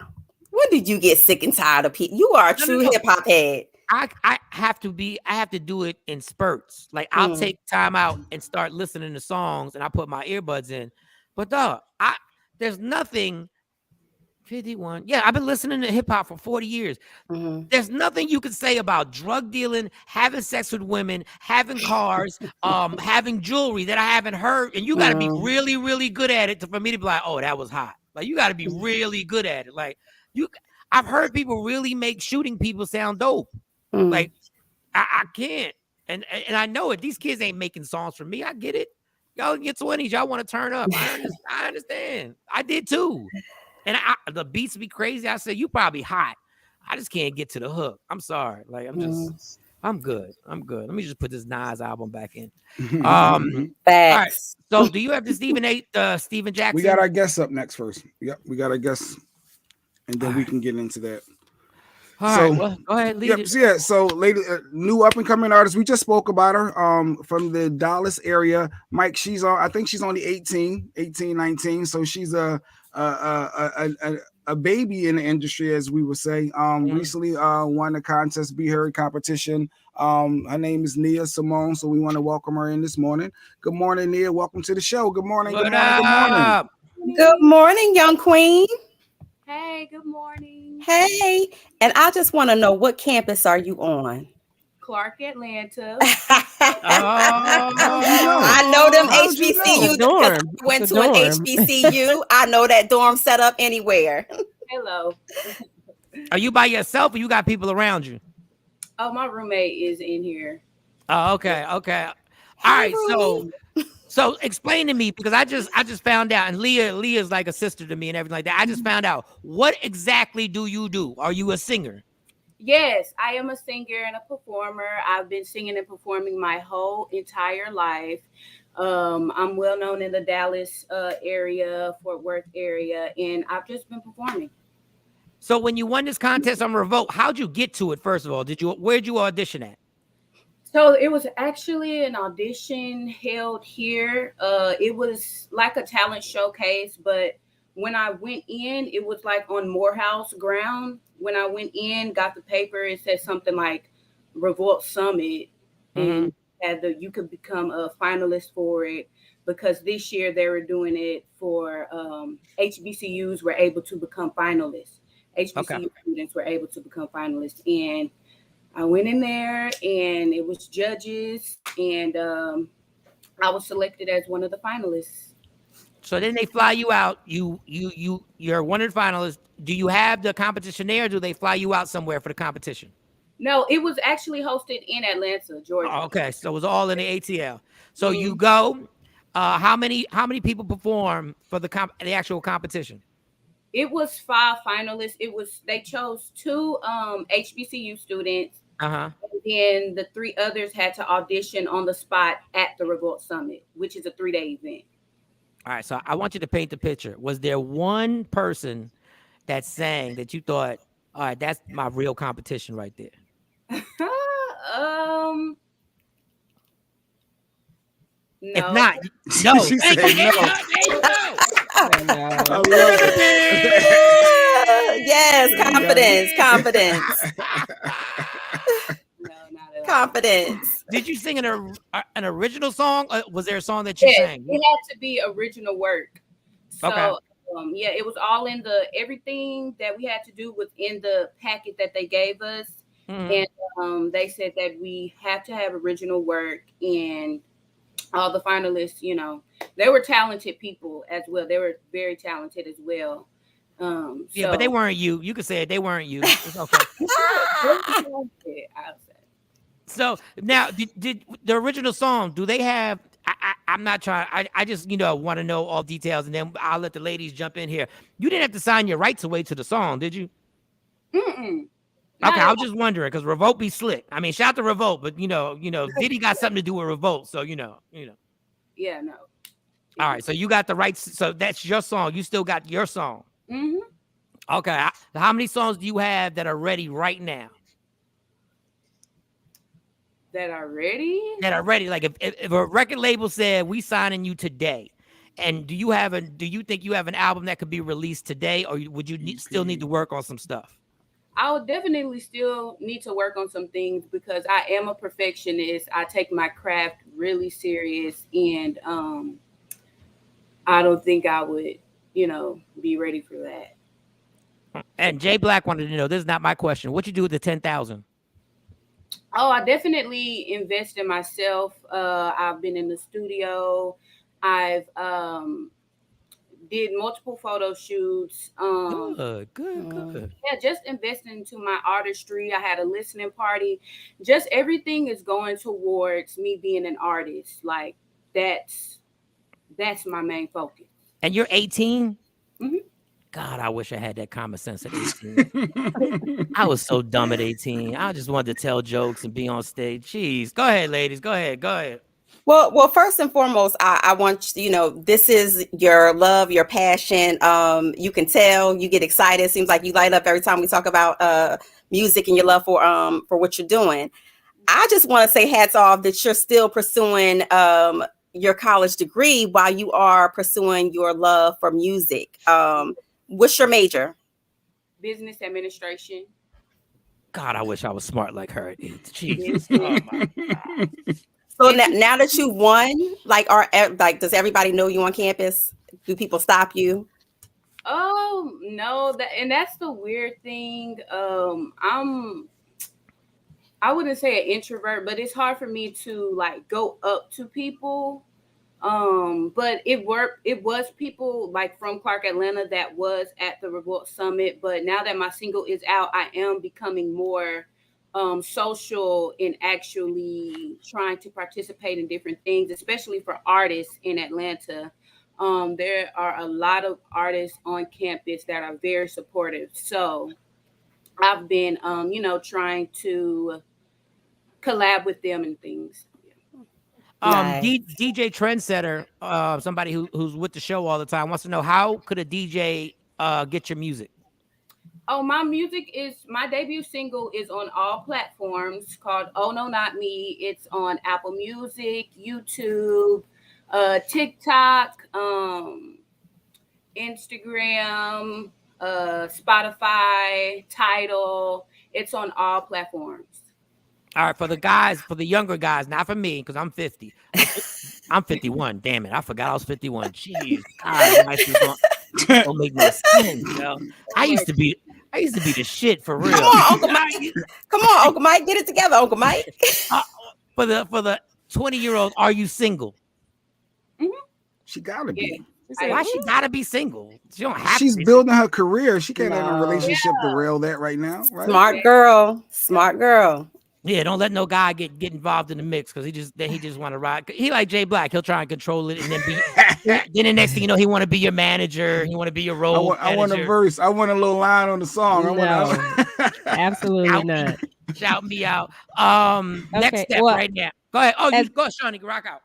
As a young female entering this industry, what's one of the biggest challenges you have faced? For me personally, like trying to be different from the crowd.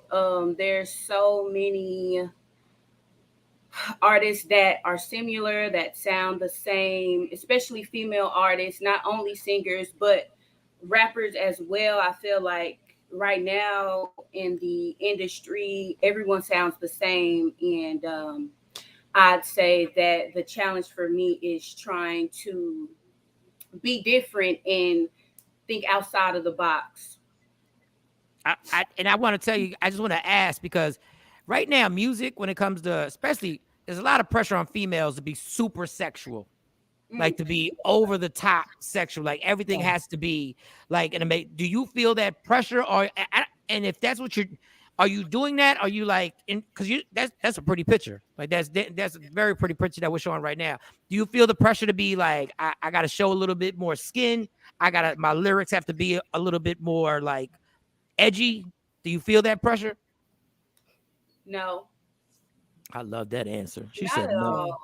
all. And I say no because of where I come from and who my mother is. Always told me that, class is like powerful. Like, Wow. I look at her. She's very classy. Marseille Martin, even she's young, she's like a year younger than me, very classy. And I feel like when you have class, you hold so much power, and you're very unique and different, because the industry is vulgar. So No, the industry is vulgar, and I want you to stick to your guns and understand there is going to be a lot of people pressing you because I believe you're going to make it. I don't even know you. The way you speak and the confidence that you're showing me right now, that's half the battle. Because people are going to try and make you they're going to try and bring the insecurities out of you. They're going to try and get at your self-esteem because that's what this industry does, to try and turn you upside down and be like, you need to be like this and be like that. Who are some more of your influences? Yo, Jay. Beyonce, for sure. Beyonce will always be on the top of my list. Whitney Houston, Tina Turner. Girl, you 18. What you know about Tina Turner? Let me tell you what. Again, it's my mother. My mother. Got you. She. So. Tina Turner. Tina Turner. Michael Jackson, Bruno Mars. I've really been looking into Doja Cat, Chloe Bailey. I like artists that are very versatile because I think I know I'm a versatile singer. So any versatile singer. I don't know. Do you feel like singing? Do I feel like singing? Yeah, do you feel like singing? I mean, I want to put you on the spot. I mean, what happened in this industry? That's why I said, do you feel like it? Like I know your roommate must got the instrumental. We got the instrumental. Yeah, but it might not come. It's a delay. Yeah, it might be a delay. Do you feel like dropping something? It's up to you. Acapulco. You don't have to. There's no pressure here. Don't be waking me up with all. Is your roommate sleep or something? No, What's going on? If y'all want to hear, I can. Absolutely. Okay. Yes. Oh, yeah, of course we want to hear. I just asked my roommate what sing. She told me. All right, Mike, introduce the Mike Nia Simone. Go ahead, Mike. Do your Ladies intro. and gentlemen, come to the stage right now. A future star, a future Grammy winner, a future American Award winner, a future icon, Nia Simone, ladies and gentlemen. Let's go!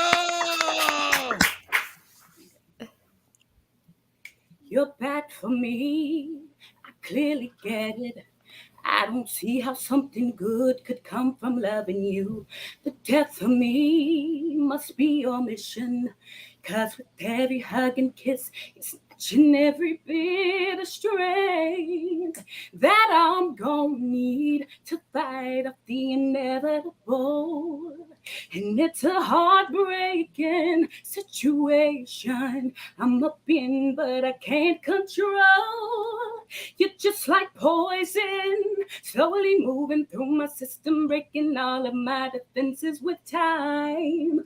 You're just like poison, and I just don't get it. How could something so deadly feel so right? I'm not sure of what to do. It's a catch-22, 'cause the cure is found in you. I don't want it, but I do. You're just like poison, my affliction. I'm addicted, I can't lie. Kiss me one more time before I die. Oh, all right, girl. Oh. In the AM. Yes. That's like an anthem. I love the song. I just got a funny feeling my fiance is gonna be singing that shit to me. Like, she said she want everybody walking around singing her song. That is an amazing song. Like, how did you even? I mean, I don't know if you've gone through a relationship, but that is an amazing song. That was Beyonce Poison. Oh, I never heard that song. I never heard that song ever. I thought she wrote that. I never heard that Beyonce song. Yeah, different style. Like sing Poison. I said, okay, I get it. Damn, your voice is mature. My God, listen. But I like that you took it and made it your own sound. Mm-hmm. You didn't try to sound like Beyonce. And you were spot on. I loved it. Thank you. Well, go ahead, Shawn. You got anything else? No. I was just agreeing with Mo. And I'm scared. Like Uncle Jay, I'm scared to let him ask a question. But I was going to say real quick, just a couple artists. I just wanted to get to know Nia a little bit more. Keisha Cole's or Ashanti. Nia, you got to pick one. Who you rocking with? Keisha Cole or Ashanti? Keisha Cole, for sure. For sure. But I love Ashanti. Don't get me wrong. I love Ashanti, but Keisha we felt that shade. Yeah, we felt this. No.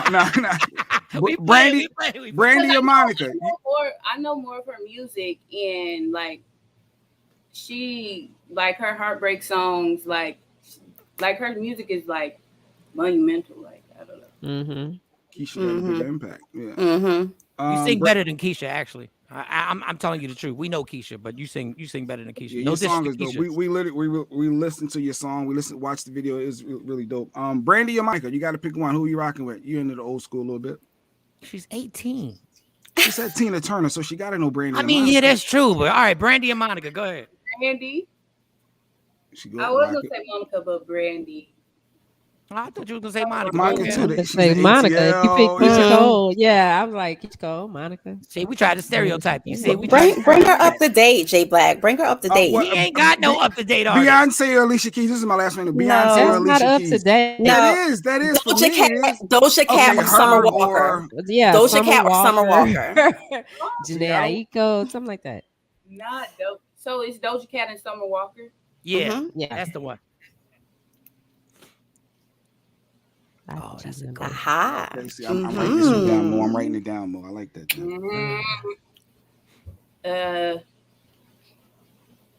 I'll go with Doja Cat. Okay. Okay. All right, J Black got another one. He said Diana Ross or Patti LaBelle. Nia, they old. Your uncles is old. They old, girl. They old. J Black said.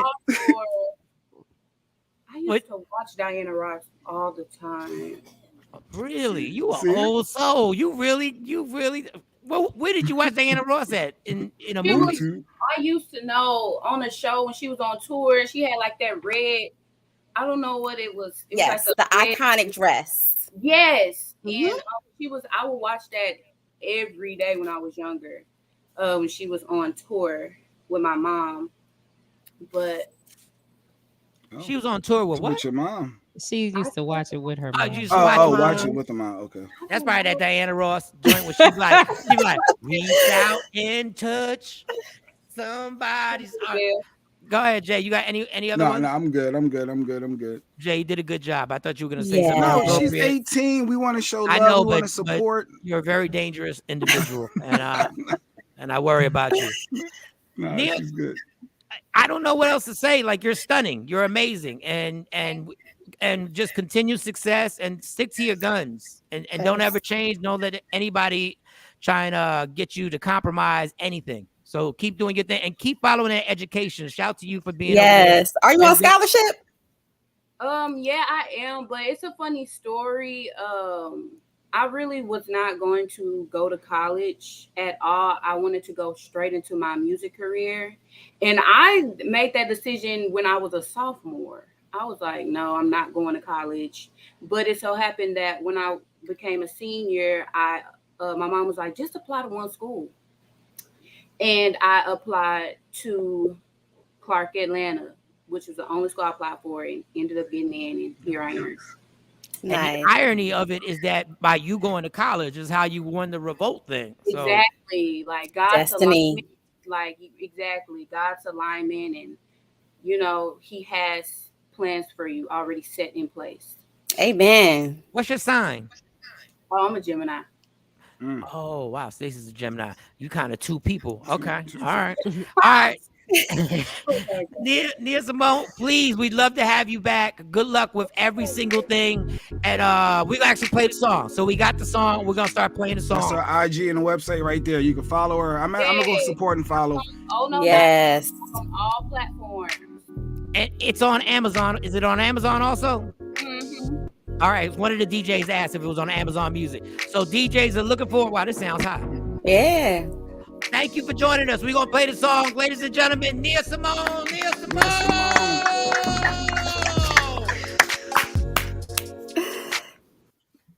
Why you stop playing the song? It's the I love that young queen. They shut you down when you play the song. Yeah, when they shut you down. Yeah. But you can catch the vibe of the song. You gotta it's really good. Like I just wish I was mature when I was 18. God, I wish you see it. You definitely see her mother's value shining through. You know how we hope that our kids go out in the world and our voice resonates with them. You could tell that she takes her mom's voice with her wherever she goes. You know what's funny? That's the girls' school, right? Because I'm not. No, Clark Atlanta. It's Clark for, No, you're thinking it's Spellman. co-ed. You think about Spellman. Spellman. Yes. So what's the other one? Because I Spellman, performed Morehouse, and Morris Morehouse. Brown. Did they Yes. close Morris Brown? More, no. So I performed in Hampton, and Oh. I performed at a few of those. That's when I was doing the thing, and I didn't know none of the fraternities. When I had you on the Black College tour. Oh, that was different. You had me on another. Yeah, that was funny. That was hilarious. Oh boy, man. But she's doing her thing. Like that's amazing. like her. And to have such a great head on her shoulders, like she knew exactly what she wanted to do. And you know, when I was her age, God bless her, because I definitely didn't. I was I was just here. She has a great head on her shoulders. So God bless her for all of her, you know, all of her future endeavors and her journey. She's chilling. I gotta get my life together, yo. You know what? But I'm glad she said it. She ain't think about no man. You know, because normally, you know, they hemmed up. At 18. I love it, but the influence of a man at 18, I don't care what you're doing, it still creeps in. So God bless her for keeping her head on her shoulders. Like, nah, I'm single. Let's be clear. She's focused. Y'all women will always say y'all ain't worried about no man right now. I don't care how old y'all are. Trust me, she ain't walking around Clark. Ain't nobody trying to holler. Like I'm pretty sure her DMs they stay lit. I'm pretty sure. He's just not there yet. She's just not there. Other things. Yeah, I mean, he reminds me of Monica in a lot of ways. You know how mature Monica was at such a young age. Well, Monica was mean. Monica was mean. She was mean. I think that she had boundaries. I think that I just think that she just didn't take no mess off of nobody. So I think that that's mistaken for meanness a lot of times. And Monica was messing with gangsters. Monica was messing with gangsters from a young age. Stop playing. And she's still waiting. Not gonna say nothing bad. I mean, Slow she Your doesn't Roll hide she's gonna be a star. That's from a DJ. Yes, so, yes. That's a shame we can't play the song. Yeah, I wish we could. You want me to keep playing the instrumental? No. That's good because Mike I want to sing. No. Well, they need to go stream it. Go stream the music at all. Not even. Shani go ahead. Sing. Matter of fact, go ahead, Shani. Put that do shit something on. over it, Mike. Go ahead. No, Mike can. Not me. Listen to me, girl. I swear on everything I love, I did not smash her. No, I did not. I don't care what you saw on my phone. Everything was misinterpreted. See, the fact of the matter is, the first mistake you made was violating my privacy. What? At this point, this is all on you, not on me. On me? Whatever you found, when you look for something, you will find something. And I did. Yes, you did. And now you are going to find something else. It's called loneliness. You will now have to accept this loneliness. Swallow this loneliness. Hug this loneliness. Lay your head on that pillow, girl, because you're going to think about me. Well, somebody else thinking about me. First of all, that's the problem with you talking back all the time. I just needed peace in my life. And all you had was talk back. And all you are is hell. That's why I never liked your mom. And your daddy like me. First of all, what you're not going to do is catch my daddy a charge. Whatever. That baby is your daddy's. That's why it look just like you. This is why every time we were together, I made sure I pulled out. Because the last thing I wanted was to reproduce with you. Well, now I'm your stepmama. And You everything goes to me. And then the hook comes on. What's the hook, I can't Shani? stand your ass. I can't stand your ass.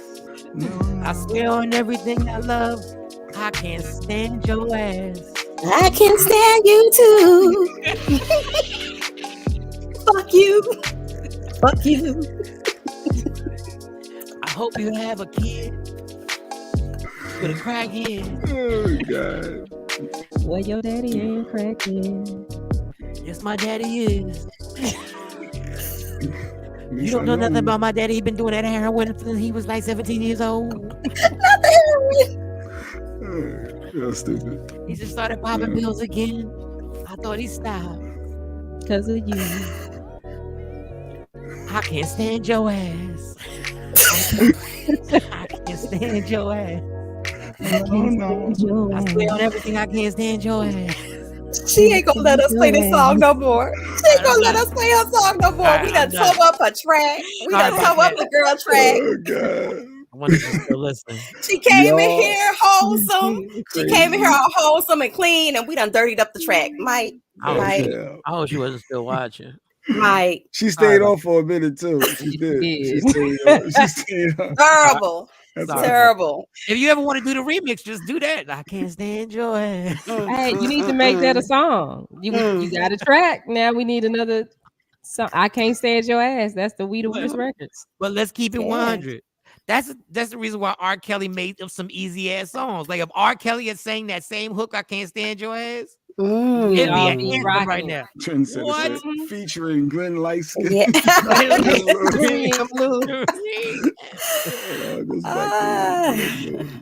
All right, I need a break, y'all. I need a quick break. Just a quick one. Mo, how much time you have?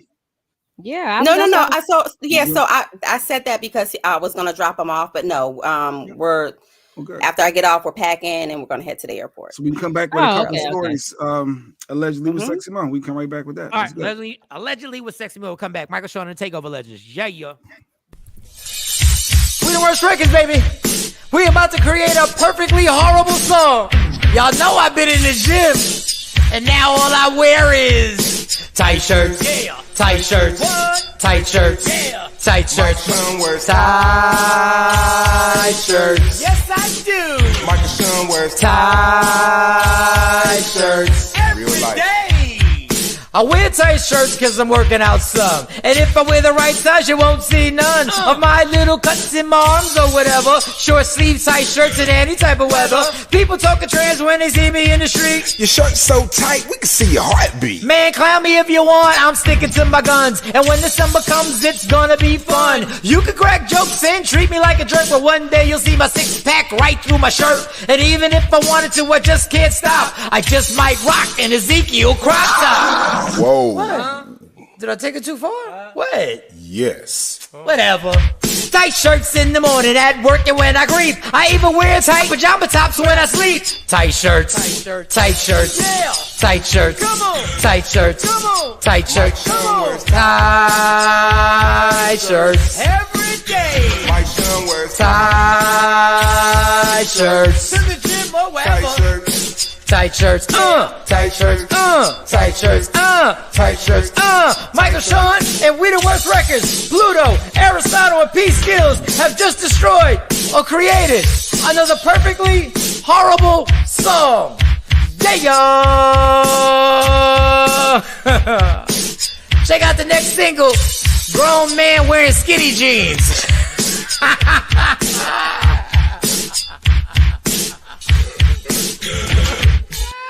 That's it, bro. Mix it up, bro. Don't never stop if you want to be on top. Yeah. Tap in. Tap in. It is Friday. It is Friday. It is Friday. It is Friday. Michael Shawn and the Takeover Legends. Shawnee Scott, Sexy Mo, Jay Blizzy. Shout out to Nia Simone. We just had her on here, and talented young lady. What's the name of the song again? Oh no, not my. Give me a second. Is it Oh No, Not Me? Oh no. No. The name of it is Not Me. Not me. Not me. Not Okay. me. Not me. Not Not me. You know, black folks will chop up a song in a Not minute. me. I know if she's watching that, she's like, they really are old for real. Yeah, it is called Oh No, Not Me. That's the name of the song. I know Oh No, I was right. Not Me. Streaming right now on all platforms. Yes. All Oh, platforms, No, all that. Not Me. Spotify, Apple, iTunes, Amazon, everything. Jay, shout out to Jay Marie Poetry. I'm really impressed on what you're doing with the clothing line and how you're doing the promotions and all that other stuff. So shout out to you. Hard. Good morning, y'all. Rise and grind. Shout out to David Burns. Hey, David over Burns. there rocking. Jay, What up, Jay Dave? Marie is a paid sponsor too, FYI. She did a Oh, paid sponsorship. shout out to Yes. February. Jay Marie. That's why her name is showing up down Yes. there at the bottom in the small black business. Yes. I just like how she's Dirty promoting words, it, apparel. and I like how I saw her on it was her IG live. I thought that was dope that she was on there. I didn't get to see the whole thing. I saw the replay, so I was watching it there. So shout out to Jay Marie doing it. I did not know Jay Marie was into cyber security and was in school for cyber security. Yeah, she was breaking a lot of that Very stuff down. It lucrative was very- career. Oh, that is probably. I can't think of another career right now that's probably going to be as important as cybersecurity. I can't even think of another Jay job. Marie knows they really be listening to us, and that's why the stuff pop up on our phones, pop up in our feed. Strategically, every ass. Does Alexa be listening all the time too, Jay Marie? Of course, Alexa will be listening. Hold on, let me grab my phone. Hold up. Tight shirts. Hey, all right, we're about to get into some allegedly. Allegedly, the cyber people are listening to us. Let's see. My sister, shout out to my sister. She's in Germany and she does that for the military, and they have like the highest level of clearance. So spying on people.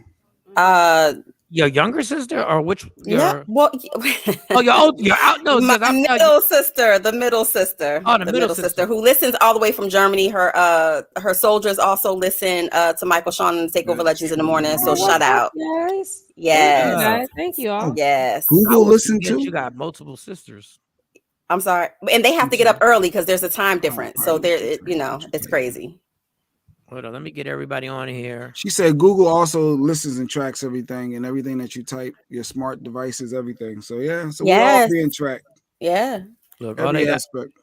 All they got on me is Pornhub, and wait a minute. And I even stopped that. That's all they had. The only thing they had on me for real was Pornhub. Not Pornhub. But I don't think that's illegal, so you should be good. No, that's illegal. It's not illegal, but some of the pop-ups that they send, don't click those. So some of it has. Some of those things have. Well, the pop-ups that come in, some of them have child pornography on there, all kinds of crazy stuff. Like don't hit open. That's why I stopped. That's why I stopped. Because they started sending crazy stuff, and I was like, "Nah, I'm good. Y'all not gonna catch me out there. If somebody look on my history, the next thing you know, I'm locked up. No, I'm good." Yeah. All right, ladies and gentlemen. These stories, we don't know if they're true or not. We can retract them at any minute, any second, and come right back and say it's not true. That's why we call this Allegedly with Sexy Mo. One day, people. One day I have a dream that I too will have an intro, a proper intro. One day we all gonna be free of these lackluster intros that I be receiving. I'll work on intros this weekend because we need an intro. It's not your fault, Shawnee. Actually, I'm gonna put the DJ name out there. DJ Trendsetter reached out. He did. All right, Trendsetter, you out there now? Yes, he did. Matter of fact, how about Trendsetter? Since you want to be part of the team, we need it by Monday. Stop playing. Damn. No, you want to be part of the squad? We need it by Monday, homie. He already be dropping us all the knowledge and all of the Wikipedia MD shots and stuff. Yo, when we go to our, what's the team when they have the information team? What is it called? Your research team. When we say we got our research team, it's just Trendsetter. That's all it is. He put up a couple of stories. Yeah, he's the Trendsetter. Yes, he be coming with all the stats. For those who don't know, there's a thing called One Flick. Not to be mistaken with Netflix, where you can get Hulu, you can get Amazon, you can get all them streaming platforms on one thing. Really? That's from our research department. That was from our research. It sounds better when you say it like that too. Our research department. Our research department. AKA Trendsetter. Oh, okay. So I can cancel my Netflix and all of that and just get one click. One click. Did you check it out, Mike? No, not yet. But from what was heard, you'd have to inquire before you make any rash decisions. You'd have to inquire with our research department. That's all I'm saying. Which is AKA Trendsetter. I learn new things.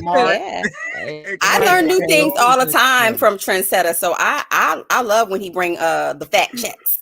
Yeah. Well, let's just keep calling them the research department. The research department, before you cancel anything. Let me put up the link, the little app link. OneFlix. Okay. And does it only work on your phone or does it work on your TV? What you gotta have? The research department didn't go that in depth with all the information. They just said they just said put the link in your bio. I don't know what that means. You can't just click on it. You put it in your browser. OneFlix. Okay. This better not land me like on the FBI most wanted list if I click this link. Yeah. Just click that link. That's all you need is one flick. One flick. That's all Is you this need. like something you a part of, Trendsetter? And I was gonna say, you trying to get some money out of me? you a One distributor flick. for one flick. One flick. I ain't Ain't mad nothing at you. just to You have are. just one flick. Yep. All All right. devices. All Okay. devices. Research department has just Okay. confirmed that it is All devices. Department. been Okay. patted. Change your name to the research department. Yes. Department just confirmed. Confirmed that it's compatible on all devices, on everything I love, y'all. Look, listen, I wouldn't steer y'all wrong on purpose. Oh That's wait, what I'm saying. I just typed in what he sent, and this is what it says. It says, "Can you see this?" One app to rule them all. Wow, so maybe he's on We to might something. be playing, but I bet not go to jail. I just how feel can like you it's put that? How would I be able something to put with that? that. How I would I just be able typed. I just typed what he put. I put one flick dot app. But how do I get did it on my Google TV? search. How would I Wow. put it on my Well, you TV? got to talk to the research Oh, department. the research department.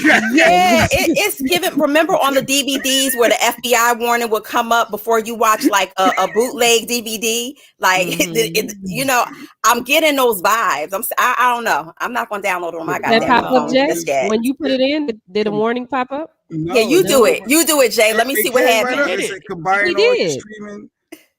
I did. Wait, I just typed that in, and that's what came up. Let me hit Yeah, the add the menu, app to your home, phone and tell me how that work contact out. time. I got to go to my Google Play because I ain't got the app store. I'm Android. If you had an Apple phone, an It said you iPhone, can you get wouldn't it have on to do both. that. It's on all of them. Combine all your joints. Just real quick, research department. I want to know the research department. Do you have this on your TV? Research department, can you confirm that you have this on your television?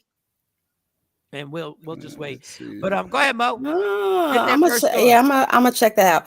Okay, so well, first and foremost, prayers going out to Apple Watts off of Love and Hip Hop. She was in a really, really bad, serious car accident. My sources are telling me, and so just prayers going out to her. I hate to see that when artists and people in the industry get into these bad accidents. They say that she is in critical condition. Oh, wow. So we are just going to pray for her. God, pray for her for real. And then no segue. Did y'all see the girl on Instagram who on Twitter was putting, I personally think I'm the best drunk driver. Like I'm the best Oh, drunk wow. driver. No, I didn't see that. Then a few days ago, she killed a state trooper and two pedestrians. Oh, wow. Wait, was this in Philadelphia? Yes. Two state troopers. Yep, two state troopers. I heard about that. So That's crazy. I said, wow, that's it just didn't make sense. So the cops pulled her over earlier. Yes. And she was doing 155. And because he got another call about a person walking on 95, the highway, he let her go because that was a more pressing thing. Somebody can lose their life walking. Right. So he lets her go, speeds off to go with his other partner or whatever. They go meet up with the person on the road. Why this drunk girl end up catching up speed and crashes her car into all three of them, kills them all, and she still survived. And now she's all hemmed up right now. It's a wrap. Her life is over. She was a young girl too. Young girl. Like 21. I think she's like 21, young black girl. I wonder if she had mental health, any type of like mental health issues. It's called alcohol. It's called alcoholic. No, she posted on January 19th how she be speeding, drunk driving, like she be getting away with. Like she had previous posts bragging about how she drives drunk. Oh wow. No segue, y'all. That was crazy. No segue right here. But we just had breaking news from the research department who said that one flick is actually on his TV. Okay. And I'm going to call him. Call the research department when we get off the air. Okay. And I'm going to find out how I can put this on my TV because I need the streaming thing that I got upstairs is horrible. I'm installing the app right now. So does it stream to all devices though? Yes, because my TV is hooked up to my refrigerator. My refrigerator is hooked up to. I need to make sure it comes across everything. Start read actions comment. His stepmom took her. Her stepmom took. You know what? I'm not. Don't put no more comments. Nope. Action is in all restrictions. No. Action is on restrictions. Social silence. No charades. No hand movements. No nothing. Trendsetter Mike we need Mo's intro Monday. That's what he said he needed Monday. Oh God. We need her intro. I know Trendsetter's like, how can I do all this? Be the research department. Apple Watts from Love and Hip Hop. J. Marie. She was in that car, a really bad car accident. She collided with a truck. And she's in critical condition. So that's why we were sending prayers out to her. That's horrible. We Apple Watts. really and she's on what show? Love and Hip Hop. Hip Hop. I don't fuck with anymore. She was one of the ones that had a really nice body, but a face. I don't keep. Well, she had a really nice body. All right, Jay, just stop. Just go. After go ahead, Mo. Next story. And Jim Jones' wife, what they were on there? That's like the last time I watched K. Michelle. That's like in the beginning. When like that first came out. Yeah, I only watched maybe one. Or two seasons that was in the beginning. But speaking of artists, Jay Black, I guess you'll like this one because she's hella light. We were talking about Lotto last week, and she's just come out with her album. Just to show people, that was Apple Watts. That was, if y'all remember, Love and I Hip Hop. do. Yes. That's right. I mean, I don't watch the show. That's the car. Yeah. She was driving a Mercedes and collided with a truck. Yeah, that is so horrible. Wow. Yeah. All right, so I hate when people say this, but I'm going to say this. She's so young, as if the person was older, it wouldn't be as tragic. Right. But, but she is. That's a young lady that God, that's horrible. That really is terrible. I hope. Well, prayers going out to her and her entire family and the Love and Hip Hop crew. Jay Black, Miss Mulatto. Oh, good. Or Lotto, who's she going by now? Yes, your light skin sensation. Your preferred eye candy. Mm-hmm.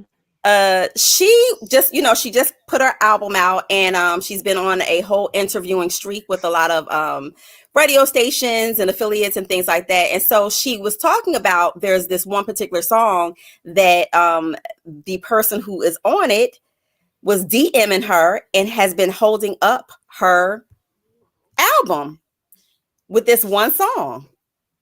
And she said because she really, really likes the song, she really doesn't want to totally remove it from the album. She's hoping that the particular artist who she has still not named, she's hoping that he will stop the bullshit and get out her DMs and release the music. Well, Kodak Black producer jumped out of nowhere and started flaming her hours ahead of the release of her new album. Now he said, "Let me fill you in on this BS with Lotto and what it's all about. She asked for a feature a while back. We charged her a normal rate. She wanted a swap. He said, since her verse really didn't do anything for us, we asked for a swap for our female artist and charged her a lot less. She declined and she was not going to use the record." So that kind of coincides with what Lotto said, or really opposes what Lotto said. So he goes on to say, Lotto then changed her mind. He said, talking about empowering female rappers. Now she on some bull crap talking about she was made to feel uncomfortable and we holding up her album. I know you're not talking about us. I say a hit dog will holler because she never mentioned any names. And she's worked with several different producers, several different artists. So why pop out and put Kodak Black on blast like that? Because nobody from her camp said anything. Nobody from her camp said who it was, or even dropped like little innuendos or breadcrumbs. None of that. The public don't know who it is, but people in the industry know who she's talking about. That's why she said it. The people in the industry know, and she know they know. Mm-hmm. So that's why sometimes you got to come out and say something. I mean, you're not just gonna keep doing the subliminals when I know you're trying to come at me. Well, he said she's on some diva shit. And she said, it's funny, you're on this diva shit and you're really not getting played in nobody's car. Ain't nobody playing your records. Your whole album had legal issues. He said, I'm on the email chain. Stop trying to put this fictitious, good word, fueled empathy card out for record sales. Oh, we got a text message from the research department. Go ahead. Go ahead. Go ahead, Ma. Is he going to tell me my stories aren't legitimate, or is he? No. It was something about. Is he researching? It was something about our past story about the one flick. So this is going to be serious. This might change my life right now. It might save me a lot of money. Go ahead. As long as I don't have to pay for each one of the subscriptions, if I can get access, that's the whole point. It got to be something illegal. That's Lotto. Those who don't know. Everybody got a sample. For those who don't know. Okay, I got it. All right, that's enough. Don't mess up the Well, whole YouTube thing. No. Right. We're gonna get shut down. Your favorite rapper, another light skin. J. Cole is talking about Colin Kaepernick and why he feels like You he said should be Colin. allowed. Colin. Yeah, Colin. Go ahead, You girl. know I'm country. Colin. Tomatoes. Saying why he should be able to return to the league. And basically said respectfully, you're 100% right about throwing against the wind and to ghost DBs. But always remember, he's going to do what he's going to do every day for 5 years. When the entire world was saying he had zero shot for ever playing again, have you ever wanted something so bad? And so, everybody has weighed in on the whole, even at this point, Ken Kaepernick, does he still have the talent to play like he did, when he got disconnected from the league? This is an argument that's still not going anywhere for all you football enthusiasts This is out there. This is a perfect time for him to come back. The league is allowing quarterbacks to run wild. Colin Kaepernick is still fast as he ever was. Matter of fact, it's even better that he took these years off because there's no tread on the tires. He hasn't taken any hits. He hasn't had any injuries. Like he's ready to go. And one of these teams, and it's perfect because the NFL wants to make the relationship with African Americans. They want to smooth this thing out.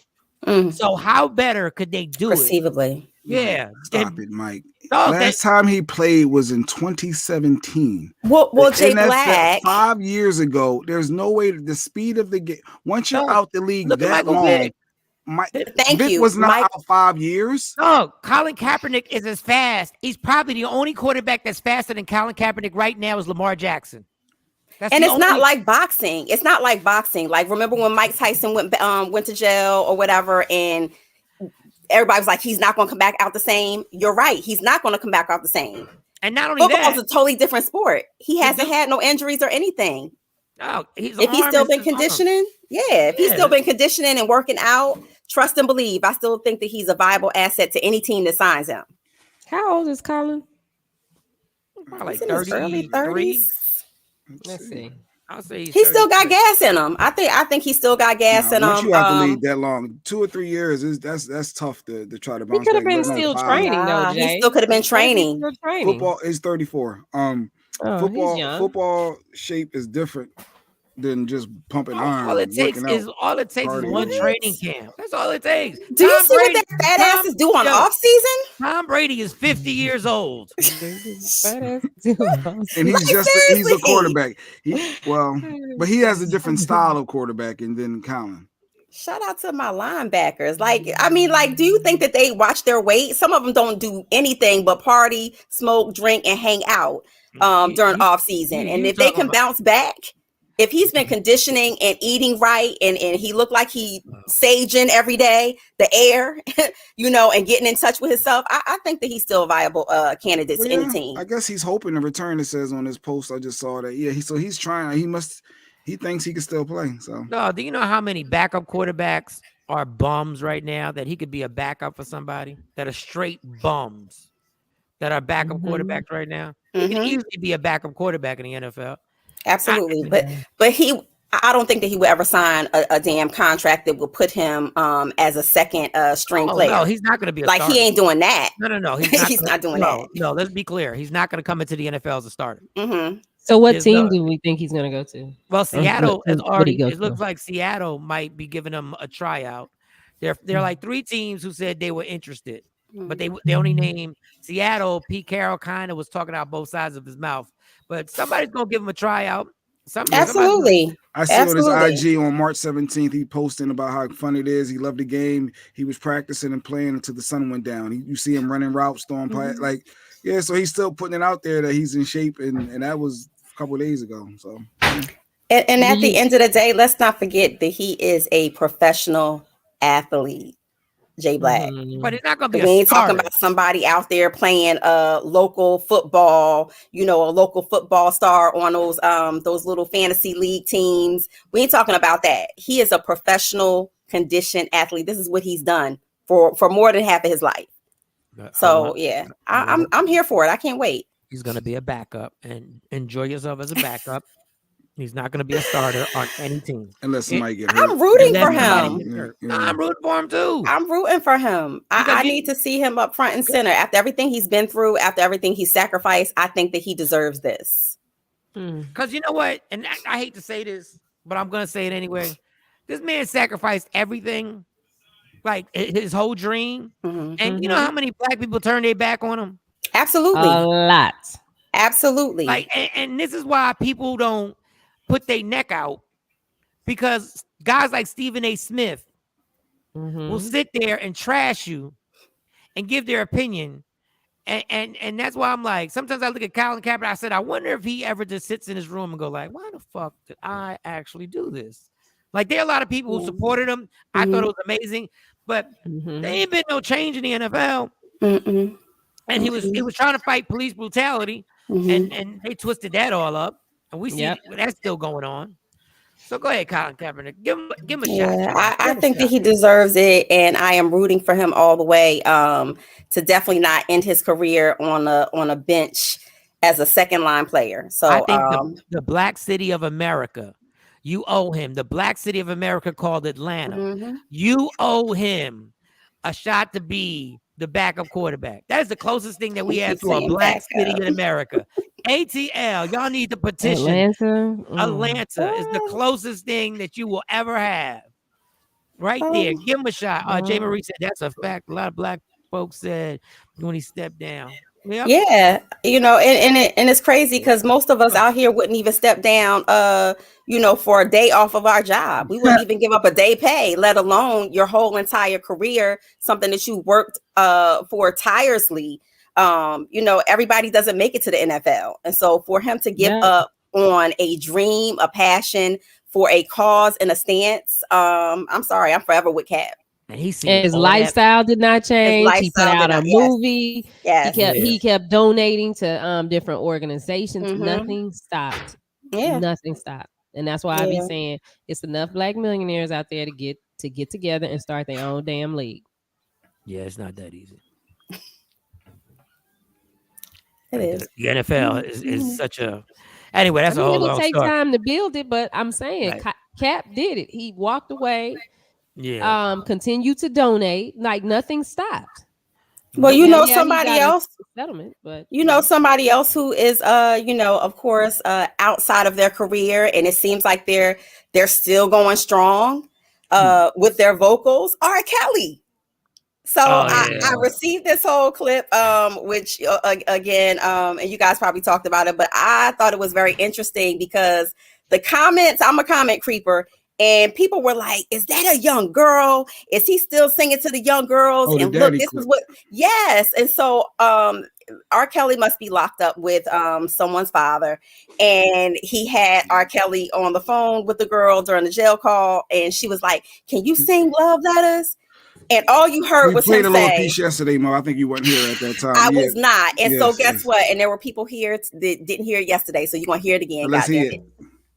You got it, Shawnee, again? I gotta pull it up because I'm sorry, Mo. I didn't know you were gonna do that. No, and so to hear the exhaustion in R. Kelly's voice, and y'all know he's still fighting his appeal. He's still appealing his sentencing or whatnot. But to hear it sounded like they got that man singing melodies and ballads all day and all night. Like I think that's his job in prison right now. Jussie Smollett and R. Kelly in the same. I wonder if they in the same. No. Well, Jussie got released. Remember, Jussie is home pending his. He only stayed in jail for like 6 days. When it was like he ain't eat, he ain't drink. And I'm like, that's not hard to do for 6 days. But I ain't never done it for 6 days. 6 days and no eating. Well, yeah, you can do a fasting cleanse. I don't know if you've ever did a day fast and just drank water. I ain't built for none of this tea, stuff. Nothing with sugar in it. I'm not built for fasting. R. Kelly. And we're gonna hear it again. Yes, he did. Which one? Love Letter. Did you get my call? Did you get my call? Oh! Love letter. When you read my love Thank Yeah, you. he is. Everybody talking about how great he still sings and he ain't lose his chops in there. I'm sorry. He sounded like he was singing under duress. That No. voice was shaky in the beginning. Did you Right. He hear the said, loud sigh?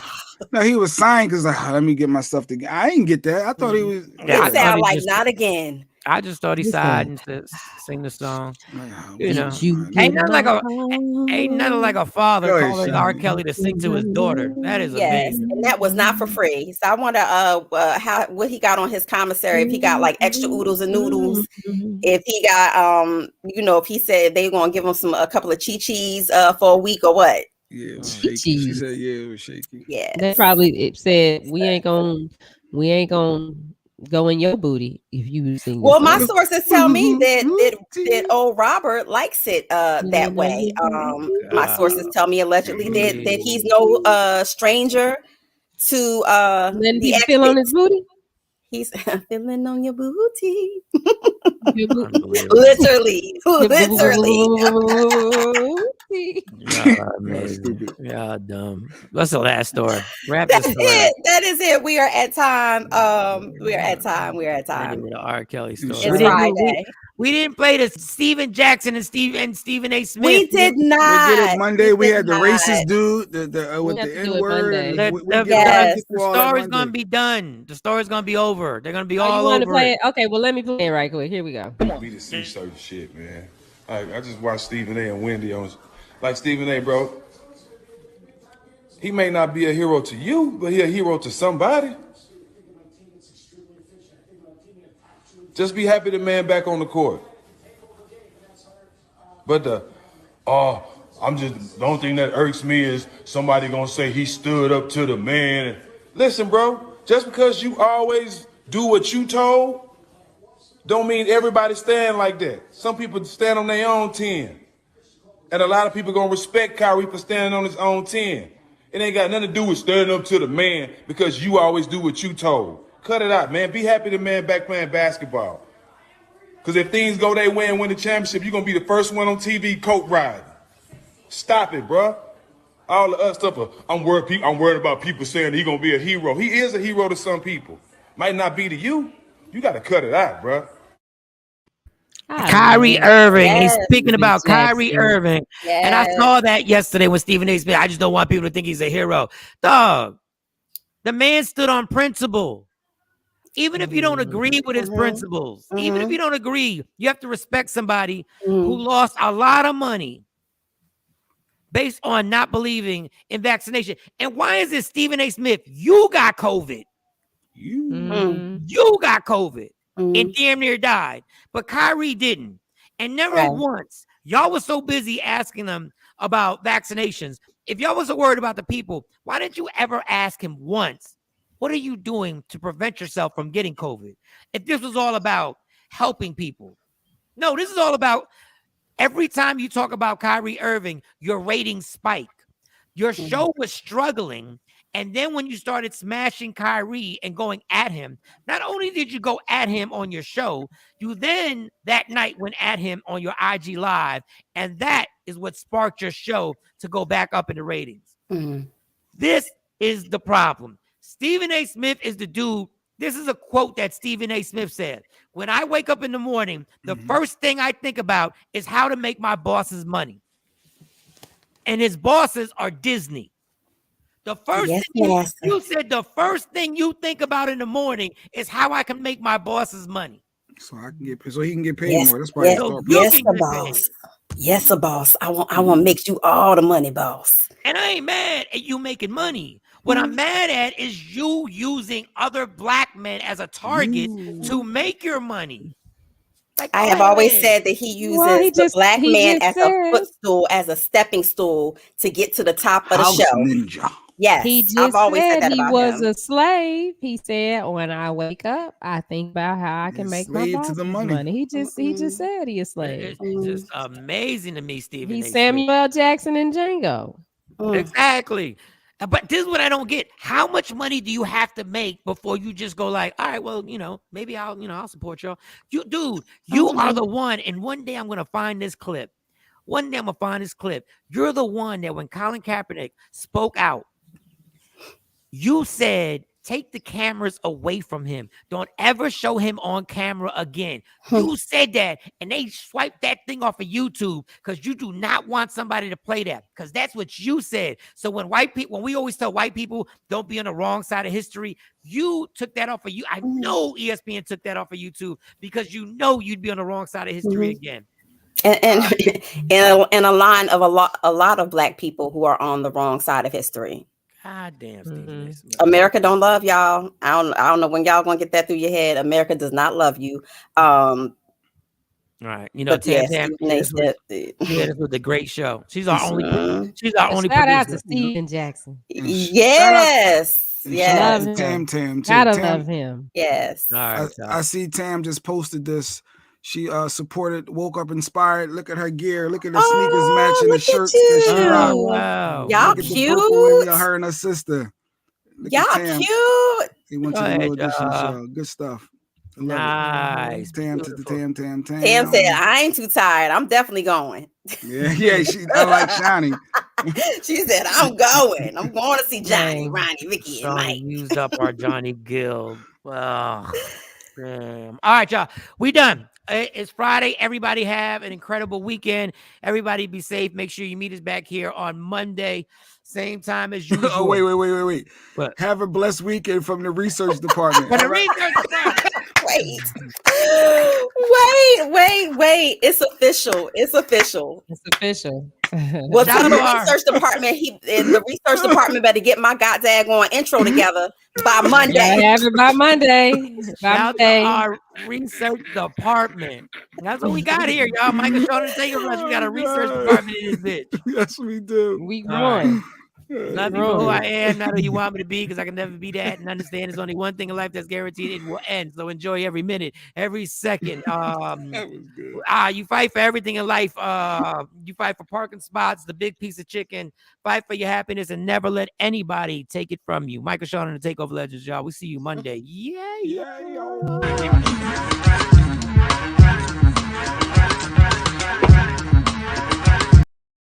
Michael Shawn and the Takeover Legends, where the truth hurts.